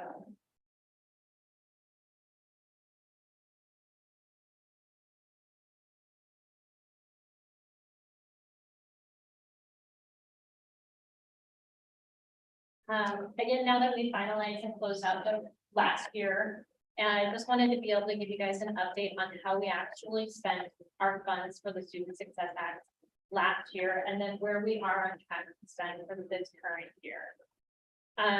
As a reminder, Student Success Act funds are for class size, well-rounded education, instructional time, health and safety. Those were the primary goals. And for forced growth, our priorities in developing our plan was English language development, behavioral health and wellness, instructional improvement, and then class size, well-rounded education and safety. So those are our big broad categories on our priorities in developing our plans. For 21-22 fiscal year, we had $4.75 million, of which 22.8% was on behavioral and mental health, mostly counseling. Then we had other big things were supervision and math and literacy, ELD 17.6%. And then the red pie over to the right is the calc building. Just like what we experienced with the general fund and the savings and labor and not being able to hire people right away, we generated savings here. And SIA funds are, if you don't use them, you lose them. And so we chose to utilize the extra funds at the end of the school year on really that calc remodel and rebuild. Getting that all redone this last summer. So you'll see 15% of that was on that calc remodel. This is where the primary funding source of that is. A slide with the details behind it. Again, I'll send this to you guys in a PDF if you guys want to see the details behind all of the different individual line items. And then for the 22-23 planned expenditures, $4.92 million. Primarily, it's going to be behavioral and mental health, our counselors. We have the calc admin in there, ELD, 21.9%. And then the other ones, supervision, music, PE, math, literacy. The new ones here that you'll see is the science and health TOSA that was added during the budgeting process last year. And then again, the details behind it to show where each line item fits within that pie. And then all of this is online. So on our district website, we have the grant agreement, our application, the financial and budget updates, and presentations. So this is all accessible on our district website. Thank you. Let's see, I think next, one more presentation, let's see which one. Yeah, that one is steps the district is taking to accelerate student learning. I'll turn it over to Mr. O'Neill. Okay, thank you. Yes, and that is the purpose for tonight, to identify our plan. As you know, Superintendent Parker kicked off the welcome back for all staff and employees that are from day one. Job one was raising student achievement and student learning to help offset the learning loss from the pandemic. We have three priorities for instructional improvement in our district this year. Improve core instruction, implement an aligned MTSS system, multi-tier system of support. And then active grade level at the elementary or subject matter professional learning teams, PLCs. I'm going to break each one down individually. So the plan to improve core instruction, what we're looking at is developing a North Star instructional vision. This is a multi-year process. We took a core of administrative leaders to a training, and we looked at portrait of a graduate. And what that is basically is work we've already begun in terms of student attributes for a graduate from Forest Grove School District. And we are using the Forest Grove Learner Profile and our competencies or student attributes in that process. Along the wall, you can see, if after the board meeting, feel free to take a look. There's hundreds of sample districts of this North Star that they have agreed to, and all stakeholders can identify and support. So we're refining our district competencies and student attributes, critical thinking, communication, collaboration, personal responsibility, resilience, and empathy. We're coordinating instructional leader walkthroughs, classroom walkthroughs at all levels to determine what's already in place in relation to the core competencies that we identified for this year and inform the development of our learner competencies. We're doing that at the secondary level at the high school this Friday, and next Friday, we're doing that at the elementary school, Cornelius, and at Neil Armstrong, classroom walkthroughs with administrators. We conduct individual data reviews with all principals already this year, and we'll do that at least 3 more times this year, examining priority areas of focus. And we're training all administrators in McREL's balanced leadership training to help leaders make a bigger difference for student learning. And again, you've seen this just recently in Dave's prior illustration. We want to get this out as much as possible. And you can see our core areas of competencies. We stand strong, resilience, and responsibility. We adapt and grow critical thinking and communication. We care deeply, empathy, and collaboration. Also, our plan to improve professional learning communities. This year, we have an aligned implementation of PLCs by grade level for PK4, 5-6, 7-8, and then 9-12. We provided fall training on effective PLC structures and practices to all teachers of the district. We created PLC team leader by grade level in every PK4 school. So at Harvey Clark, Dr. Fisher has a lead PLC teacher leader at kindergarten, 1st grade, 2nd grade, 3rd grade, 4th grade that are working through this process with their grade level colleagues to empower teacher leadership and really maximize and leverage the professional learning outcomes. Examine informative seminal data to inform and improve practice. Created an electronic PLC minute form and school and district PLC folder so that principals can get in and monitor what's happening in those plethora of PLC meetings at their leisure. The whole purpose of that is to help identify needs, not only purchasing needs, but also professional development needs. And then the goal of these PLCs are to improve core instruction and to enhance student learning outcomes. We also identified the plan to create a aligned MTSS system by level. We created draft multi-tiered system of support by level, one for PK4, another one for 5-6, another one for 7-8, and another one for 9-12. And we clearly identified MTSS strategic plan by level to address student needs in academics, attendance, and behavior. Further, we aligned to support the competencies or attributes identified in our portrait of graduate. Yeah, correct. So is there continuity with the multi-tiered system throughout the school district? Is that the goal, or is that where we are right now? Right now, we have had each level principal, and we're doing that right now with the elementary level because we have 6 principals. What's in place right now? And I'll show you the structure. What we're seeing is that there will be some continuity all the way across the systems. But PACS, for instance, goes PK 6th grade and then stops. So what we decided is it's very important for us to have let's see, 1, 2, 3, 4 different multi-tier systems for those 4 different levels. And then also what we're pretty excited about is on that reference sheet, we would have it linked to a further description so that we can get greater clarity of what we're talking about in tier 1, tier 2, tier 3. Okay, thank you. You're welcome. So also back to what Dave was talking about, one of our goals is streamlining district assessments in reading and math.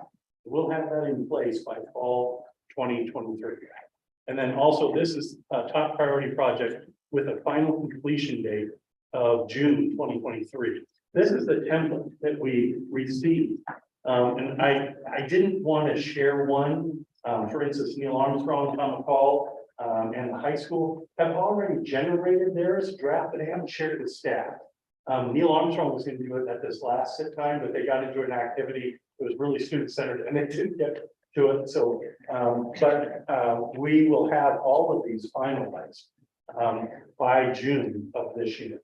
Does that make sense? So again, culturally responsive systems for academics, attendance, behavior, and health and wellness cell for tier 1, which universally every student receives. Tier 2, some students receive it. And then tier 3, few or intensive support. Does that make sense? So that's one of our main goals for this year. Brad, did you have a question?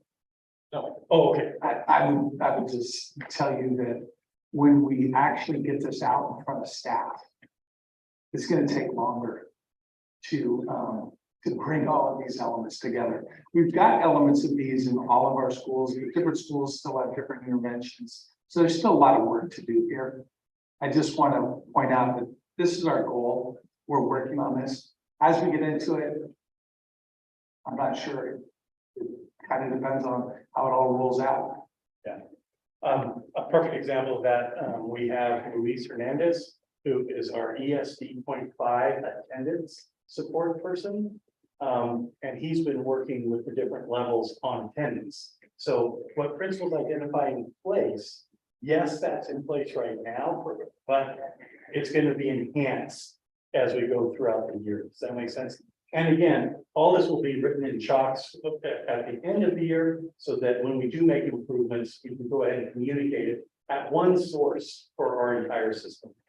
So those are our big rocks right now, our focus areas for the upcoming school year. Okay. So now what's our plan in terms of literacy? We'll examine literacy and Elena Santana, our district literacy Title I coordinator, will go over that.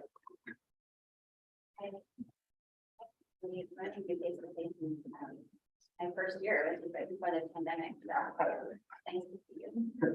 Okay, I'm going to talk a little bit about literacy and the work that we're doing this year specifically. So I know that we talked already about ESPA, so I take this with a grain of salt, but I wanted to give you a snapshot of where literacy is right now as of the last Mortar Balance 21-22. So by grade level, you can see on the left is the percentage of students average, Oregon average, students that met 3 or higher. And then on the right, you will see our student average.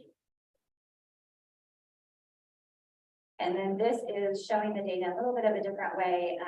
See that the blue bar is the 21-22 Oregon average by RIT score, which is just another way of saying raw point score.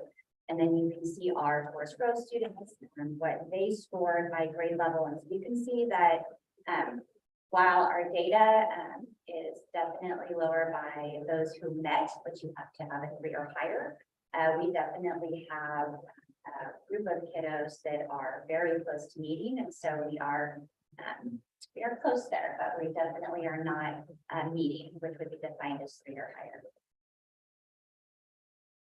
Okay, so I think what you want to hear is what we're doing for literacy this year. And these plans are by no means new plans, but they're coming into action this year. So you actually start to see how some of this comes to fruition. So the major 3 action items that we are really working on this year is implementing a new core curriculum. Talk a little bit more about that. Shifting the focus and the process of our 100% meetings, which to those that are not familiar with 100%, that is our data meetings where we look at core, so 100% of our students, and then developing a future MTSS model.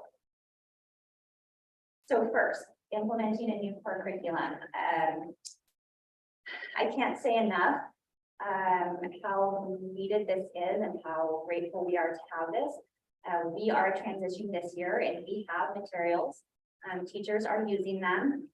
They are still arriving as I speak, but we do have them and teachers have started implementing fall rollout. So we are transitioning to a strong aligned core literacy curriculum that has 3 things that our previous curriculum did not have. And these are really important things. So the first one is explicit and systematic skills grounded in the science of reading. We did not previously have that with our Pearson Reading Street. It has a rich and diverse content knowledge of history, science, literature, and the arts. And that is really important because we learned from a lot of research that just focusing on skills is not going to get our kids there, right? So they need to be able to decode, they need to be able to learn how to read. But when we really try and get kids to comprehension and making meaning, they have to have content. They have to be able to attach what they're reading and make meaning for what they're reading. So this is a component that we have not also previously had in our core curriculum. And then we have an equally strong Spanish language curriculum, which is very, very much needed. We're really excited about it. We are amplified this year. We're an early rollout district. So not every district in the nation is receiving the benefit of Caminos, but we have been able to be an early adopter of that. And so they are still building their program for the Spanish components. And we're working with them to give them feedback on this is what's really great. And then this is what we would really like to have. And so we're kind of like ongoing partnership with that. But we are loving what we're seeing for the Spanish component and especially the skills for Spanish. We have not had that the way we have it with Amplify. So, and just as a reminder, our last curriculum was in 2010. So I don't know what you're doing in 2010, but I was having my first child who's now in high school. So that was a long time ago. So we are really just excited and we feel like, I'll get it to you in just a minute, but one of the integral pieces of multi-care system support, you have to have strong core. You have to. If you don't, you're working harder, not smarter. And so we finally have this in place, right? So we have other things that are going to present challenges to us as far as getting comprehension and decoding improvement. But having a core curriculum is one of them. So, I'm hearing really good things about the reading program, and people are really happy about it. There was a teacher that mentioned to me that the Newburgh, and I think they had this in there for 7 years. they have the first edition. If they adopted the second one. But so when a student is in a set, if they are struggling, they have there's a piece of the curriculum where they were trying to explain it, where they can click on and get a scripted intervention for the kids. And we don't have that in our district. We don't yet because that is tied to the assessment, and we are bringing the assessment on district-wide next year. So we're piloting, we're piloting at Joseph Gale, we're piloting M-Class, and we're piloting the first biliteracy assessment out there that assesses skills and upper level vocabulary comprehension. But we do not have that district-wide, and the plan is to pilot this year and then roll out next year. So not only will we align assessments, but we'll also be able to, that assessment program pulls data and then gives you specific lessons that you can use with kids and or helps you create groups. And then tells you specifically what targeted interventions and or activities you can do with kids that directly tie to that assessment. And then you progress monitor. So everything's aligned. So teachers aren't having to try and figure out what they're going to do with those. Classified instructional systems aren't trying to figure out what they're doing. It's already right there for them. And then they use their expertise and their professionalism to figure out how that fits the student's needs. That's a wonderful piece. And the teacher I was talking to the Newburgh, she said, oh, she just said, we love that because it puts the kids in groups. They don't have to go and pick out things, you know, when they have to create the curriculum. So I'm glad to see We're gonna do that. Yep, that's coming. Yep. And again, I just want to say thank you to the pilot team from last year. We haven't really been able to acknowledge them face to face in any kind of forum with everyone together, but that team of teachers, while they were adjusting to kids coming back to school with COVID protocols and all of that, they spent an exorbitant amount of man hours working through that curriculum and those pilots, and we owe a lot of gratitude to them. So I think it's them again. Okay, we're also shifting our focus of our 100% meetings. So we have pilots going on at Joseph Gale, Fernhill, Harvey Clark, and Tom McCall. And I put 3rd and 4th grade, that's really where the pilots are occurring. But there's also a 5th grade pilot at Tom McCall, of course. And so what these pilots are, is that they're really social emotional learning and academics. We're looking at both. And so for 100% means we're looking at the data for the whole class, where are kids at? And so the focus is on health support on individual students. And we're really trying to assess in these meetings, we're really trying to talk through what does our instruction look like and are there systems in place in order to support instruction and learning.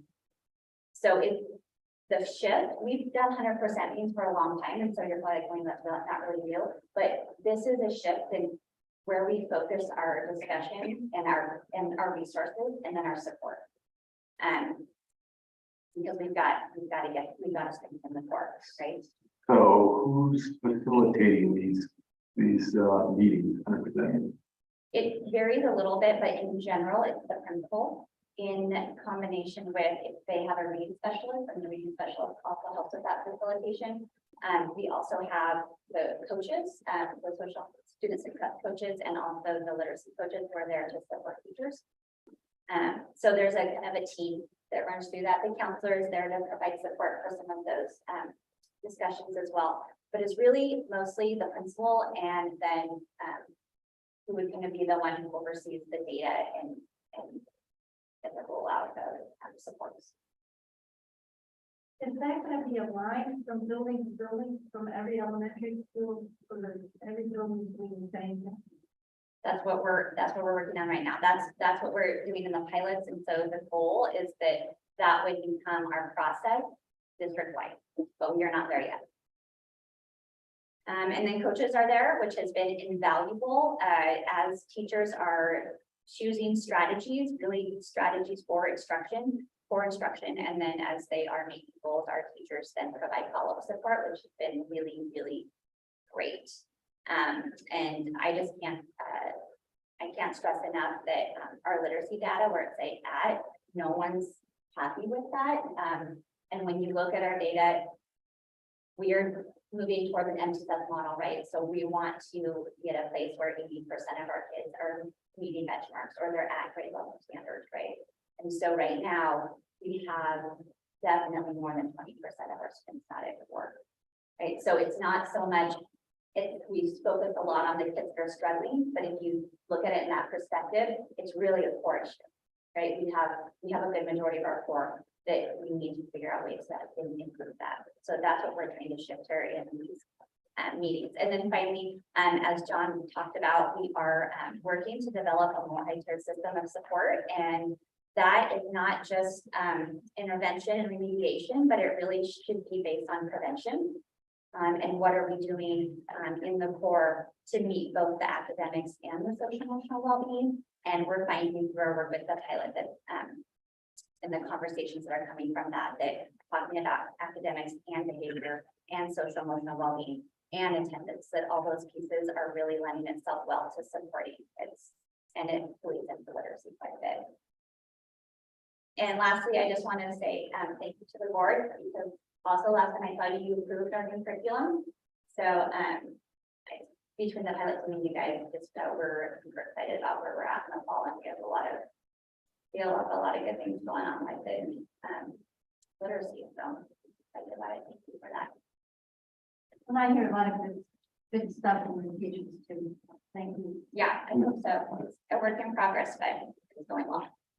Thank you. Thanks, Elena. Next, we have what we're doing in math, our plan for mathematics. And Brenda Lindsay, our district elementary math facilitator, and Allison Samuel, our secondary math facilitator will take this section. Good evening.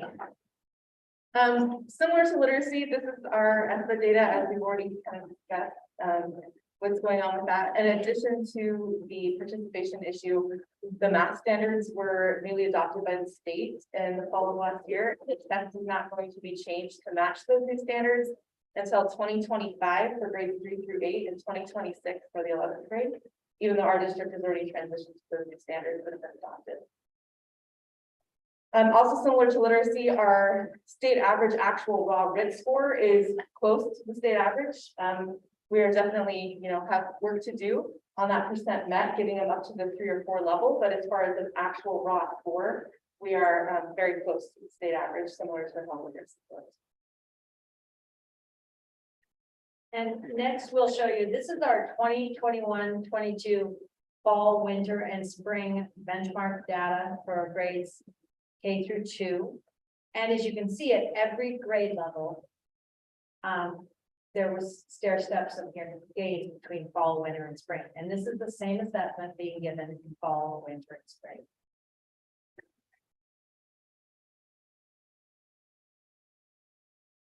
That being said, we know there are additional supports that we need to put in place for our K2 teachers and students. And one of the things we began this year, which I was very excited about, is we brought the math data review process, which we've done in grades 3 through 6. We brought that down to grades K2. And the teachers were able to look at their benchmark assessment data. And they were able to see what strands were heavier weighted. So not every strand is weighted equally in kindergarten, for example. Counting and cardinality is a huge portion of that grade level, where geometry might just be a sliver. And they were able to look at the weights, and then we were able to look at the data from those assessments, and we were able to look at it strand by strand and student by student and see what students are in each risk level. And then they were able to look at their list of students at high risk, some risk, and low risk, and start talking about what we need to do to move those student groups. It was really powerful. And it was, I've only worked with half of the K2 so far, but it has been a great experience so far. They also were able to talk about best teaching strategies, and they were able to compare like what's working with my high-risk students that maybe you might want to try also. And there was some great collaboration and talk between the grade levels within the buildings that worked so far. Another thing we've been able to bring to K2, which is great, is the PLC process that John was talking about. And I've had the opportunity to work with some great leads on the PLC group, and they're coming up with, they're identifying, not coming up with, they're identifying common formative assessments and summative assessments within the curriculum. And then they're using the data from those assessments to compare student results and look at best teaching practices within their grade level. And it really has been a no shame, no blame, no excuses. Everybody's getting together and comparing notes. And it has been a great experience. Lastly, in grades K2, we've always had lesson objectives with our math curriculum. But what we brought in this year is also language objectives within our math lessons and vocabulary cards with visuals, which has been awesome to see when I walk into a classroom and I see a bulletin board full of math words and pictures for our K2 students. This next slide is the IAP benchmark assessment for grades 3 and 4. You can see also again the stair step gains from fall, winter to spring.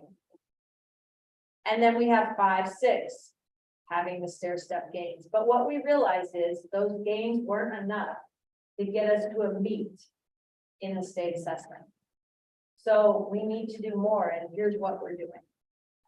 We are continuing the math data review in grades 3 through 6. We are also starting with, Brenda, quick question. Sure. So if you're not, if you're not in a building, what are the other buildings doing if you're not facilitating those meetings?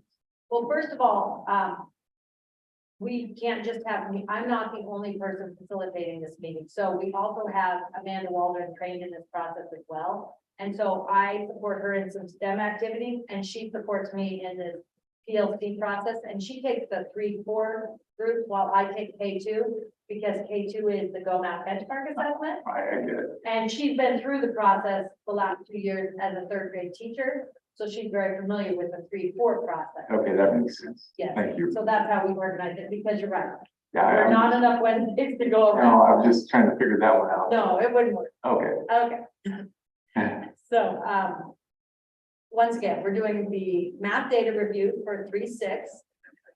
We also have the PLCs starting in grades 3 and 4 and at Echo Shaw 5-6. They've been, the PLC process has been at work at Tom McCall for the last few years.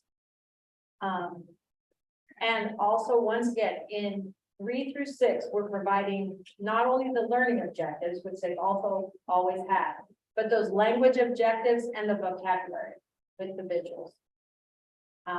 What I'm very excited about bringing to grades 3, 4, and 5-6 at Echo Shaw, as well as Tom McCall, is the after-school tutoring program. And I have been very fortunate to work with grade level teachers, and we literally had to do this 5, 6 o'clock at night via Zoom because there was no other time left in the day. But grade level teachers came together and we went through their curriculum maps and we identified the priority standards for fall. And they said, okay, so out of these priority standards, if we could go back and reteach in small groups, the kids who were almost there in multiplication or in addition and subtracting with regrouping. And so they went and identified the standards, then they went in and pulled the reteach material because while it is embedded in our curriculum, it's not extremely easy to find. So these teachers went and delved in and found all that and linked it so that our after-school teachers can print that material. They have an answer key if they have to have a substitute take over for them. So we're ready to go, and some buildings have already started. Some buildings will be starting November 1st with after-school tutoring in math for this. Is this Zoom or? No, the planning wasn't Zoom. The instruction will be live, but we had some grade level teachers agree to help with the planning. And there was no additional time to get that planning done because it was a pretty time consuming task. So how are we funding the after school program? That is a great question. So after school tutoring, we're funding it from Title IV and then also ESSER. When we took a look at our student performance data and the level of need in cabinet, we identified, okay, let's go ahead and front load the tutoring for grades 3, 4, and then that 4, 5, 6 up front with Title IV monies. Let's monitor how many students we get in actual attendance. And if we maintain that level all the way through, we have projected it through May 10th in terms of tutoring. Again, really intensive, must know, not sticking them on a computer. This is direct instruction with teacher and a group of students. So you're gonna do Echo Shaw and then gradually increase to all the title schools? Is that? No, we're gonna do all schools, starting, some have already started, but first week in November, they'll all be on board. Yeah, very excited. And then lastly, Tom McCall, in addition to their 65 minutes of core instruction, they also have a 35-minute math club block where as teaching teams, they came together and came up with common formative lesson assessments for every single lesson. And based on those assessments, within 24 hours, they're pulling groups of students during that math club time to work with them on reteaching to make sure everyone can achieve proficiency within the lesson. And it has been amazing. In fact, I think there's a picture of one of our teachers doing just that. So. I'm sorry? No, this was during math clubs. Yeah. Okay, 7th and 8th grade, also with the IEP, saw the same stair step improvement in instruction throughout the year. It's a little bit lower between winter and spring because that's tends to be where we teach our geometry, which is a lower percentage of the text. And so you see a larger jump fall to winter when we're focusing more on the algebra because that's a larger percentage, and then a slightly smaller, but still growth, winter to spring because of that's the geometry topics. In the 7th and 8th grade, we're continuing to work with PLCs. They've been in PLCs. One of the things we're really looking at this year is interventions and extensions that are happening inside the classroom after formative assessment, so that we're not waiting until they take the summative and then finding out whether or not successful. We're looking at formatives, and then right then after the formative, doing interventions and extensions within the classroom to bring those kids that didn't pass up and continuing to, an extension of the topic with the kids that were already successful. We're looking at rubric grading. Not all of the PLCs are doing rubrics, but the purpose of the rubric is to really focus on what are those core math concepts overall that we're looking for in the problem. When we're doing a point-based grading, sometimes it gets, oh, they missed this sign or they added wrong half a point, -1 point, and you sometimes lose the overall picture of what it is that we're trying to teach in the math instruction. So they're looking at grading rubrics so that they can have a better overall picture of the student as a mathematician. They're also increasing the rigor of their assessment. And they're doing this in 2 ways. One, they're increasing the number of problems that they have on the assessment. They realized there was a gap between what the SAMS was doing on their assessments versus high school, and that was creating kind of a jump for our 9th graders. And so they are increasing the number of problems. And the other thing they're doing that will improve our test scores overall is they're improving the level of thinking required on those problems. So instead of having a test that's all just rote solve, they're actually having story problems, application problems, justify your reasoning type problems on those assessments, so that we're actually upping the level of understanding of our students and what we're actually expecting our students to do. They've implemented performance task Wednesdays. So Wednesdays at NAMS are very short periods because they have a late start for CIT time as well as advisory on the same day. They just make one day be really short. So what the math department decided to do with that time is to focus just solely on performance tasks, which are larger involved application problems using mathematics. And so they're doing that every Wednesday now at NAMS. We continue to have our math intervention classes, which I'll show you some data on in just a minute, that use the ALEX program. And then there is CLC after school tutoring, both the CLC tutoring and then as well as those buses also allow students to stay after school to meet with their individual teachers, and they can ride the bus home after school. So the math intervention in grades 7 through 8. So last year's 7th graders that were enrolled in math intervention, a quarter of them no longer need math intervention as 8th graders. So we were able to exit a quarter of those 7th graders out. Another quarter moved from needing intensive intervention, which is 2 or 3 layers of prerequisite skills, to a regular intervention level in ALEX, which is only 1 level of prerequisite skills. So 50% of them have significant increase while they were in math intervention. Last year's 8th graders, 35% of them no longer need math intervention as 9th graders, which means they were actually scheduled into regular algebra 1 instead of everyday algebra, which doubled the number of sections we had of regular algebra 1 at the high school this year. Another 30% in addition to that moved from that intensive intervention 2 to 3 layers of prerequisite skill to now being just in a regular intervention level in ALEX. So our intervention program at the middle school has been really successful in moving those kids up towards that needy mark. At the high school, we're continuing to work with PLCs. PLCs have been in place for a long time at the high school. They started their intervention extension process last year, and so this year they're really refining that and making improvements on what they did last year. Some of our classes, such as everyday algebra, where we have numerous sections, the teachers are actually switching students during that time so that they can have an intervention room that's specific to this certain concept and another room that's specific to a different concept, and they'll actually move their students amongst them, the teachers, when the schedule allows. They're also doing rubric grading, the same as the middle school, as far as really focusing on those math concepts that we want our students to have as mathematicians. And they have, because they're a little bit farther in that process, we're spending more and more time on teaching strategies. And this year's emphasis is on student discourse in the mathematics classroom. The Oregon Department of Education, the Oregon Math Project, which I have that icon on the right, I am a part of. And one of the things is becoming a professional development leader for the initiatives for instruction in mathematics in our state. And so the high school is my guinea pig while I'm going through the process myself. So I attend PD with ODE, and then I bring that professional development to the high school. I've done 2 sessions so far, one that was 2 hours and one that was 3 hours with the high school math department. And our focus so far has been equity in mathematics and student discourse in mathematics.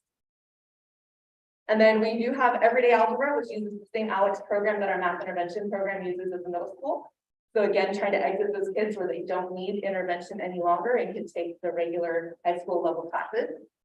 We have the new geometry and data science classes this year, including year-long versions with algebra review for students that felt like the semester version was going to go a little too fast, or maybe they wanted a little bit stronger foundation in algebra skills. And that will become the new state assessment, will just be algebra, geometry, and data science. Algebra 2 is no longer on the state assessment as far as the new standards. The assessment won't match that till 2026. And then we also have the CLC program for migrant and ELL tutoring after school. But again, those buses can be used for any student if they're staying after school to see their teachers. And so we have that busing in the high school as well. Did you have any questions for mathematics?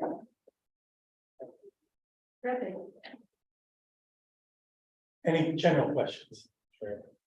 Okay. Thank you. Thank you. They were good. Yeah, thank you.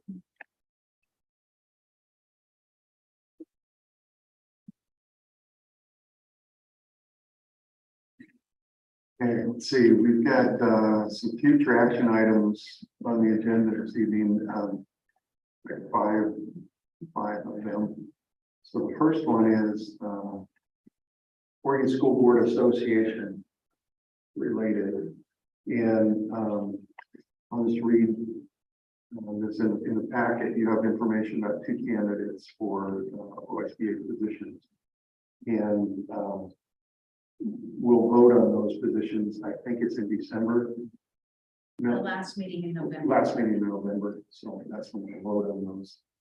But the Oregon School Board Association is organized as one general state association with up to 23 elected representatives established across 14 geographic areas to support member participation and representation. Member boards also elect the legislative policy committee and vote on the OSBA legislative policies and priorities. This year, the election window is November 15th to December 15th. We'll be voting on the OSBA board representatives for position 15 and 16. And I think there we have one candidate for each. So, you know, there's not multiple candidates. So the recommendation is just to take a look at the candidates there. If you know, I'll be going to the OSBA convention in November, and if you may meet them there if you go, or you know, run across them. I don't know. I didn't go to. I think they just had a FGSD a week ago. We had an event. Yeah, the term of it, I forget what it was. Round table or Yeah, it was a fall meeting. Yeah, it's, normally they have one in January, but I don't know if they're enough. I don't think they're having that one. So, so just take a look at the candidate information. And, I think that's all on that one. The next one is superintendent goal for. I placed in your packet, this is a future action item, so I'm going to kind of go through it today, moving briskly. And then if you have time to review it, and then if there are any changes or any suggestions, get those to me and we'll kind of go from there. So are you throwing that up? So here's what I did last year on my superintendent letter that you all gave me. There was basically one recommendation, and that was create a comprehensive, rigorous, and coherent curricular program. So these goals are definitely focused at that. Now, there's lots that I and the other administrators in the room do every day to run the district. But I didn't put that in the goals because really what you wanted me to focus on is this clear, coherent, rigorous curriculum program. Kind of 3 goals.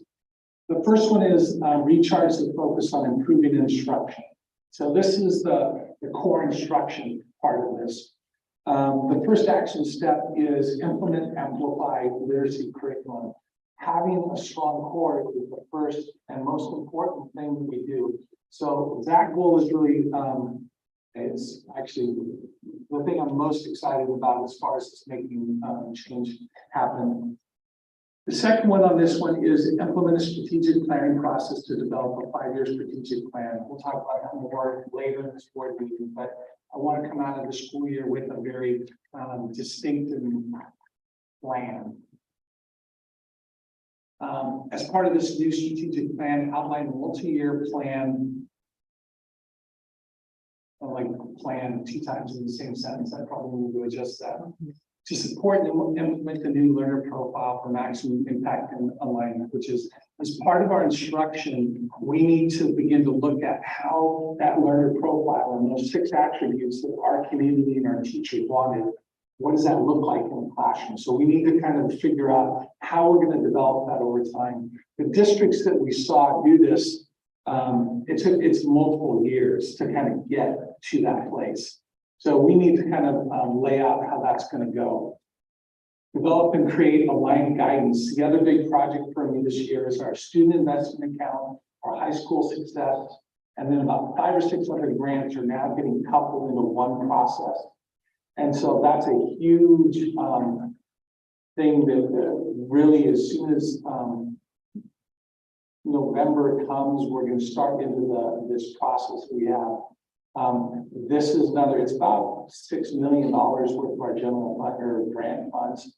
So it's a big percentage of our work, but you're going to hear a lot more about that as the year goes on. Another thing that I'm working on this year. Dave, what is Everyday Matters program?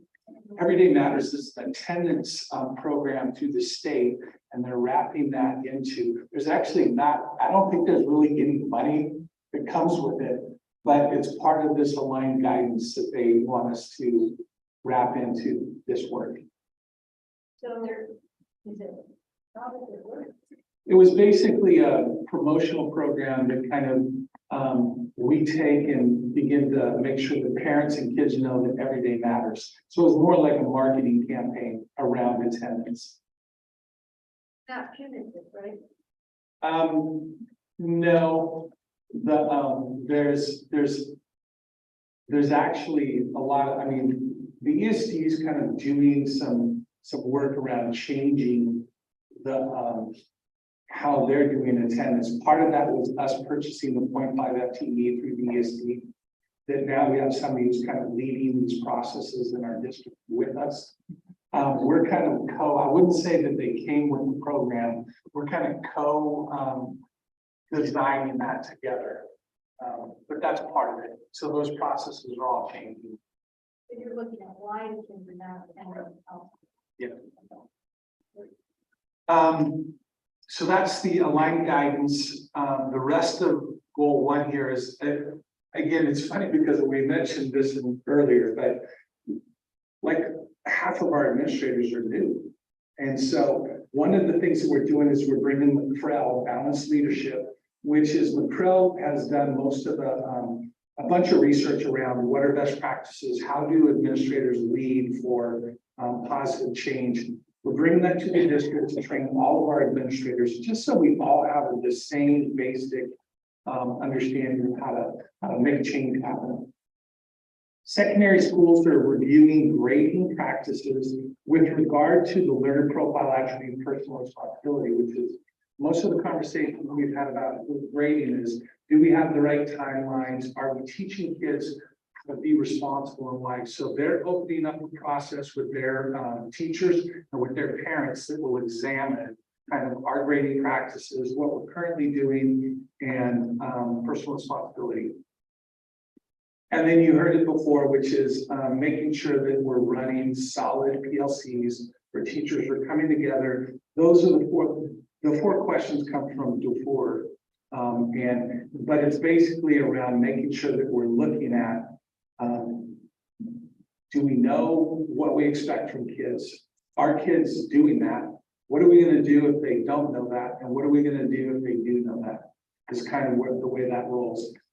So that's goal one, instruction. How do you evaluate or assess the principal's implication of these goals? I mean, we talked about what we want the students to do, but how to assess the principals that they're in there doing their job? Principals are the ones who are actually leading the PLC processes.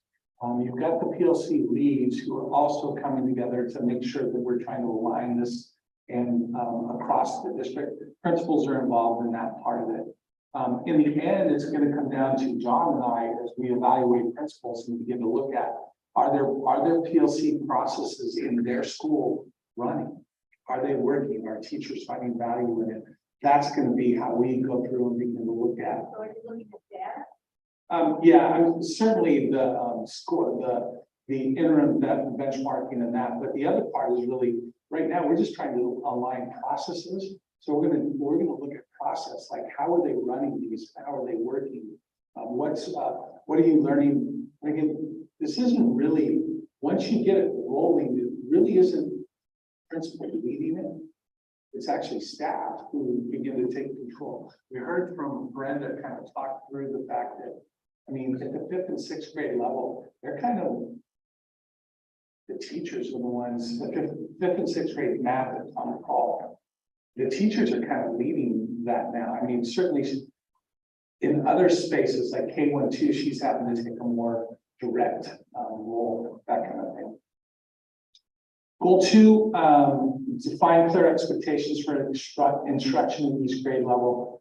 Again, it's kind of a repeat, but it's basically develop a plan for the development and implementation of 21st century skills.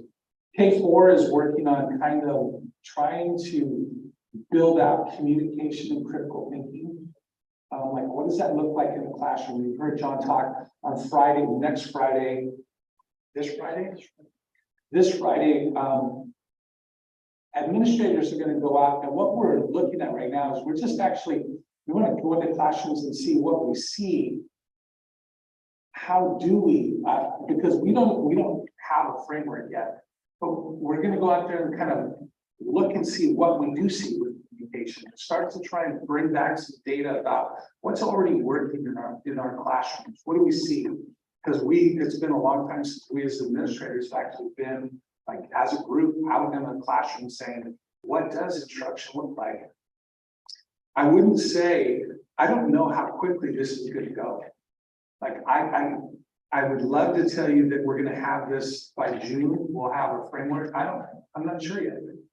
It's going to be a process as we begin to get out there and begin to look at this. 512 is working on critical, it's the same thing, they're building an instructional vision for critical thinking and personal responsibility. If we can get 1 or 2 of these built out, the other thing is the other districts with Patel for Kids, they have done this work. So they already have these pieces. So it's not like we have to start from zero on this, but we do need to bring people together and let people begin to play with it. So how is it about the barriers? Systematic barriers.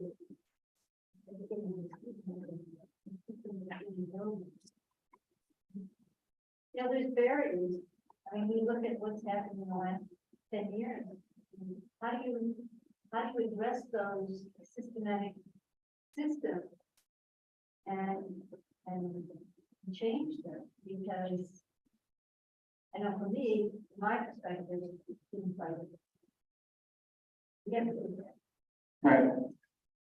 So I guess my answer to that would be, I'm not going to know the barrier until I actually see the barrier. And as we begin to roll out these 3 processes, which is improve core instruction and align MTSS systems and then PLCs, if we're going in, we're seeing that the schools, elementary schools, PLCs are not doing what we need them to do, then we'll start to work with that administrator. We'll bring in the coaches that we have to work with them. But I may not be understanding your question as well as I'd like to. Okay, good. The last one is really around the MTSS system, the third goal, pilot amplify M-class. This is huge, huge, huge for us. We have to get a assessment system both in Spanish and English. It's K through 6. That's comparable across schools. So for me, this is one of the most important. You talked about the ability to get interventions on the fly. This is our teachers being able to log in and see growth. We don't have those measures. Let me rephrase it. It's hard for us to get those. We've got to do the same for a K-6 math assessment too. We have IAP will no longer be valid next year. So we have to choose something math-wise. John's department's working on that. We've got to make a decision on that assessment tool. I'm pretty sure it's going to be M-class, but that is that's part of the goal is we do need to look at those pilots to see whether or not we like that. We have Panorama that brings all of our data together. We have to continue to train administrators and teachers on how to use that. Currently, it's still a little confusing because of the different kinds of assessments that are in there.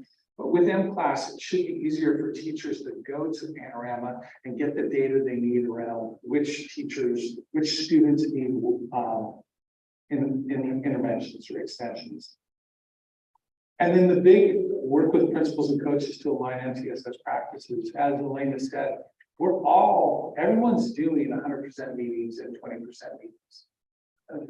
I don't think we're all doing it with the same purposes. And Elena, I think, said it pretty well. 100% meeting should be focused around instruction, not around this student needs this and this student needs that. It should be around what does our core instruction look like? That needs work. We don't have that alignment across our buildings. Our high school and our middle school, they have work to do on. They have lots of interventions, but they don't have a defined system. I sat in Karen's office this summer, and around her office were about 6 pages of butcher paper where the high school had been sitting down and need to talk about what are the standard interventions? When do we use them? What's a tier 1, a core intervention? And so I know that the high school is working to kind of design that.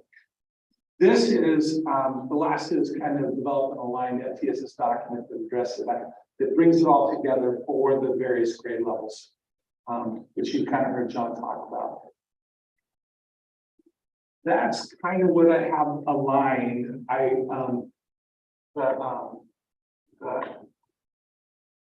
got a little bit at the end of that presentation. It was a lot of information. So at the end of it, I was starting to get visually tired.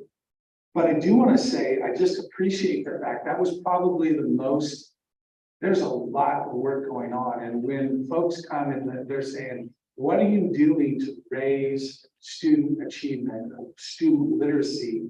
I think that the presentation did a pretty good job of, there's a lot that we have going on this year. And so I appreciate them laying that out there.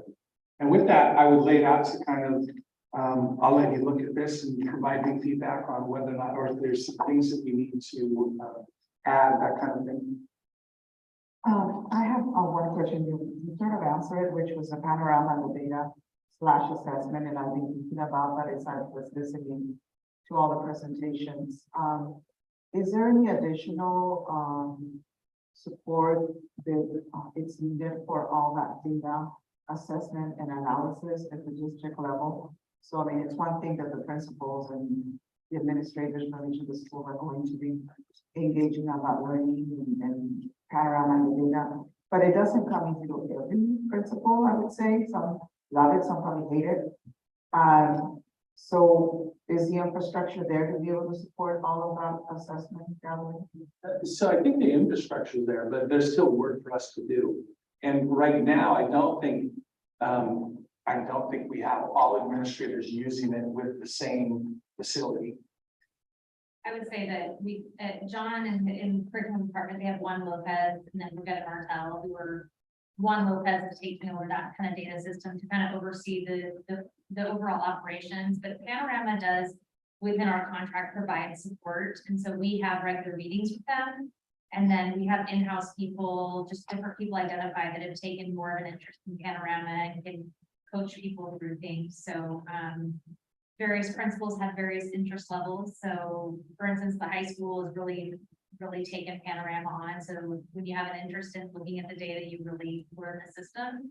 And it's pretty intuitive and easy to use. So I would say there's things there. We're just learning more and more about it all the time. I think the hard part with our data right now, just my own frustrations, is that like for me to get to growth data, which is really, I mean, they showed it in their graphs. Our kids were actually very close writ wise, but they still scored a 2.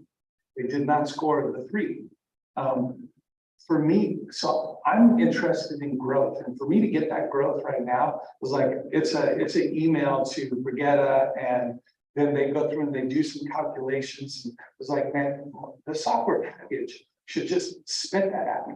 It should just tell me those pieces. Now, Panorama does that. They have a very advanced kind of red, yellow, green kind of piece. But we got to get our assessment system in order so that the data we're putting into it is good. And then we've got to do more training. And the other big one here is teachers. Teachers need to be able to access this and get the information they need quickly, easily, so they know Johnny needs X. We're there. It's just going to take time. And we do have teachers accessing it. We have their pilot schools. We have even folks accessing it that aren't at pilot schools. So we are hearing from people that this is really good for them because they can just go look at their students and kind of move things around and look at data the way they want to.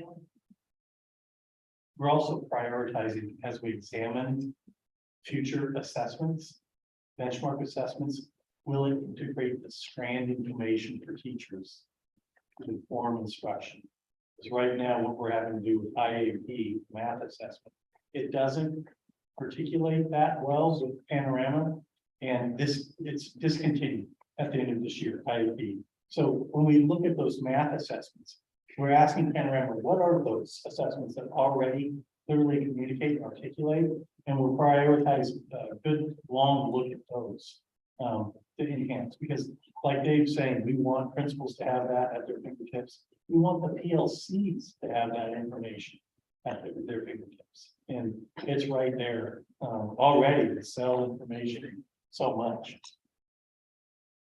The other thing that I look at is not specific, but I don't see anything addressing special ed. And the one piece that that a big beat in our district is our dyslexic students. Students still, and you know, they can't be identified until almost 3rd grade because in reading, because they need to be 2 years behind. You have a kid in 1st, 2nd, and then by 3rd grade, they get identified. And their self-esteem and motivation are a really big factor, and it's a loss. And so, you know, there's kids, our dyslexic kids in this district, and we've seen it, that some of the complaints that our parents have is that how are we going to do a better job of special ed with our LP kids and our dyslexic kids? Can I answer that? Sure. Yeah, I don't think it's necessarily an issue of identifying kids. I think we have 15.6% of our kids are identified for special ed right now in the district, which is well above the state and national norms. We do have an early screening for dyslexia, and really if we have an aligned MTSS system that identifies reading interventions, and we're doing a better job in the board with phonics instruction and things that we know work with kids with reading disabilities, we can intervene earlier. And if those students do truly have a disability that can't be mitigated with our core or interventions, as in an RTI program, which you know about, we then can identify appropriately those kids that need interventions, and we wouldn't wait till third grade. So if we have those systems in place, we should be identifying those kids in K1, 2 for those screeners. Right, and that's what the state requires districts to have someone identify them, but then nothing happens. You know, that's what happened over at Cornelius. Kids were identifying dyslexia. There's no teacher to teach them because they need explicit direct instruction of maybe the maximum two. Which can happen in the classroom, and I would argue that that's where our core instructional and MTSS program comes in, but that is a level before special education. So we wouldn't want to wait until a kid is identified in special ed to look at reading. And so if we're doing a good job at those early grades, and we have our system in place, like our core adoption now, plus we have the intervention layer, we will be able to instruct those kids in the classroom. With a regular teacher. Yeah. You talked to Mrs. Thompson at the high school? I've talked to them before, yeah. Yeah, well, that's an issue because I don't agree with you. I think that kids that are dyslexic need a specific instruction program. And it is way the brain is wired differently. And, you know, so that's just my concern. And it's been a concern of some of our parents in the last 3 years, but we've got an email that is being identified in 4th grade. And, you know, I think it's just too late. So here's what I'll do. Let me have a conversation with Elena. I will say that, again, Barton Gillingham explicit phonics is what they use for dyslexic students. Having a core curriculum that is based on explicit phonics, that is the right treatment. But let me do a little work on that, because this is a conversation you and I have had before.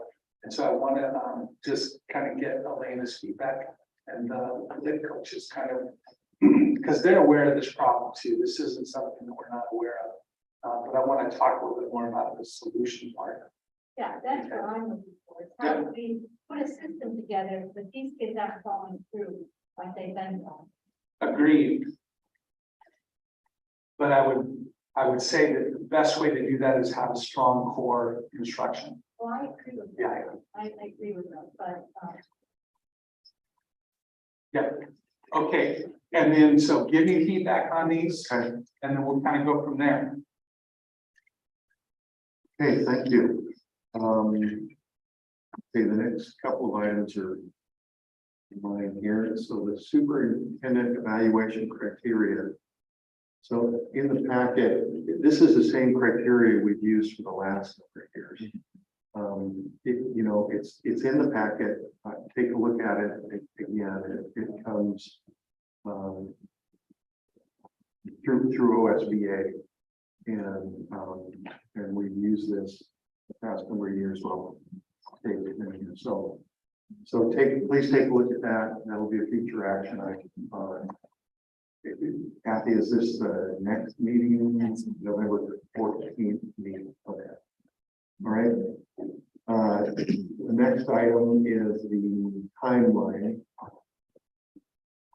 And again, future action item on the timeline. I think we had adjustment dates here, didn't we, Kathy? Just the beginning one. Just the beginning. So very similar to what we've done in the past with the dates. At some point we settle on an evaluation 4 days. We've used the Cragio in the past. We'll get to that in future meetings. I'll email them. Yes. So they can get started. Yeah. So another future action item, but not anything that is new to us. So those two items are future action items. So take a look if you have questions or concerns about them. We can certainly talk about those prior to moving those forward. And the last We're there. is Last item. the last item. So I went through and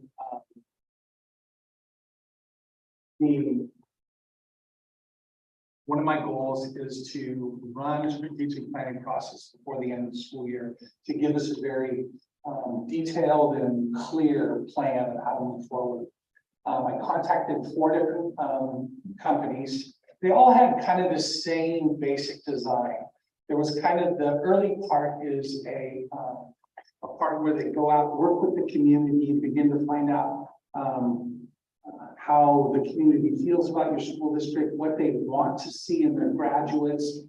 And so like this first part is like information, prepare. Envision is really the creation of a portrait of a graduate. We've gone through some of this work. They all pretty much have the same basic design. Once you do the community engagement, you then kind of bring together a smaller design, and then you create the draft. You take it back out and begin to check the work against some other groups. And then you end up at June would be kind of, we would finalize this strategic plan and then they would execute it from there. All 4 groups basically have that same design. With Patel for Kids, this is their exact process. They would do something a little bit different because we've already done a bunch of this work. Kind of phase 1 and phase 2, we don't need to repeat it. The work that we've done stands. Phase 3, the inquiry, they would come out, we would do some community engagement. They still need to provide an opportunity for folks to provide feedback to us. And then we would go into January, February with a design team to sit down and begin to craft this strategic plan. We've asked them that the major components of this need to be done by the end of February so we can work it into the budget. But it will really take until May to kind of finish the whole thing. But we just wanted to make sure we identified the big budget items by the end of February. And then we would then launch June through August. Hopefully the August all staff welcome back. We would kind of present out what the work will be. We've already got lots of work rolling, so I don't think this is going to be like a total 180-degree change, but it's just kind of defining and being specific about where we're at. Of the 4, hit me one here, of the 4 companies, we had basically the high bid was 89,000. 2 bids were in the range of about 69,000. And then Patel for Kids was at 49,000. And that's with the understanding that they don't have to recreate the learner profile work. We're already working with Patel for Kids on how do we frame out what this learner profile is, those student attributes. How do we begin to describe them in the classroom? So one of the advice that I got from another superintendent was he had just been through this exact process. They're doing 21st century skills too, but he used a different company to do the strategic plan. And he's regretting it now because of so much of the work that they are doing with Patel for Kids and 21st century. He's having to like translate what the strategic plan says to the other work. And his whole thing was, you know, they already do this work. They've given us a good price. They have they're well respected in the industry. And so my recommendation here is that what I'm hoping that you'll do for me tonight is basically this is a future action item. So we could wait until the next board meeting and then you could, I'm looking for a motion that basically says you're directing me to negotiate with this company to finalize the details. I don't have all the details finalized. It's under 50,000, so you don't actually have to approve this, but it feels better that you would do that. So you could just let it sit and we'll pick it up at the next meeting. It would be helpful if you could move it to an action item tonight, if you all agree, and just take action directing me to negotiate with this company the details of this. Did I say that okay, Kathy? Okay. Questions? So it sounds like we're looking for, basically you're looking for support from the board to continue with this process. Yeah. And negotiate with this With Patel. Yeah. Okay. So I'll move that we So start. there's actually two. You need to move, that and make this Right, an action item Right, first. so if we're ready, then the board would move this to action. And that would be a motion to move this to action. And would have to be seconded, and we vote on that, and then once it stands as an action item tonight, then we would move to again, to approve that. So I'll move that we move this item to an action item. Second, Okay, moved and seconded, so I'm a yes. Yes. yes, And yes, and. Val Yes. is- Okay, Val, thank you. Okay, so it's now up for another motion to approve. Let's see, and the second motion is to authorize the superintendent to negotiate I'll move. So I move that the superintendent negotiate a contract with Patel for Kids to create a strategic plan for the Forest Grove School. Second. That's been seconded. No discussions, we'll do a roll call vote. I'm a yes. Yes. yes, And Yes. Okay. So it's moved and seconded and moved on and approved, so Thank you. there you go. We'll get busy. Okay. And, okay, last item here, future board items for discussion. Are there any items board members would like to add to the current list? Or are there any committees or other activities board members have attended that they would like to report on? Not at this point, okay. All right, no to either of those, and with that, I will adjourn the meeting.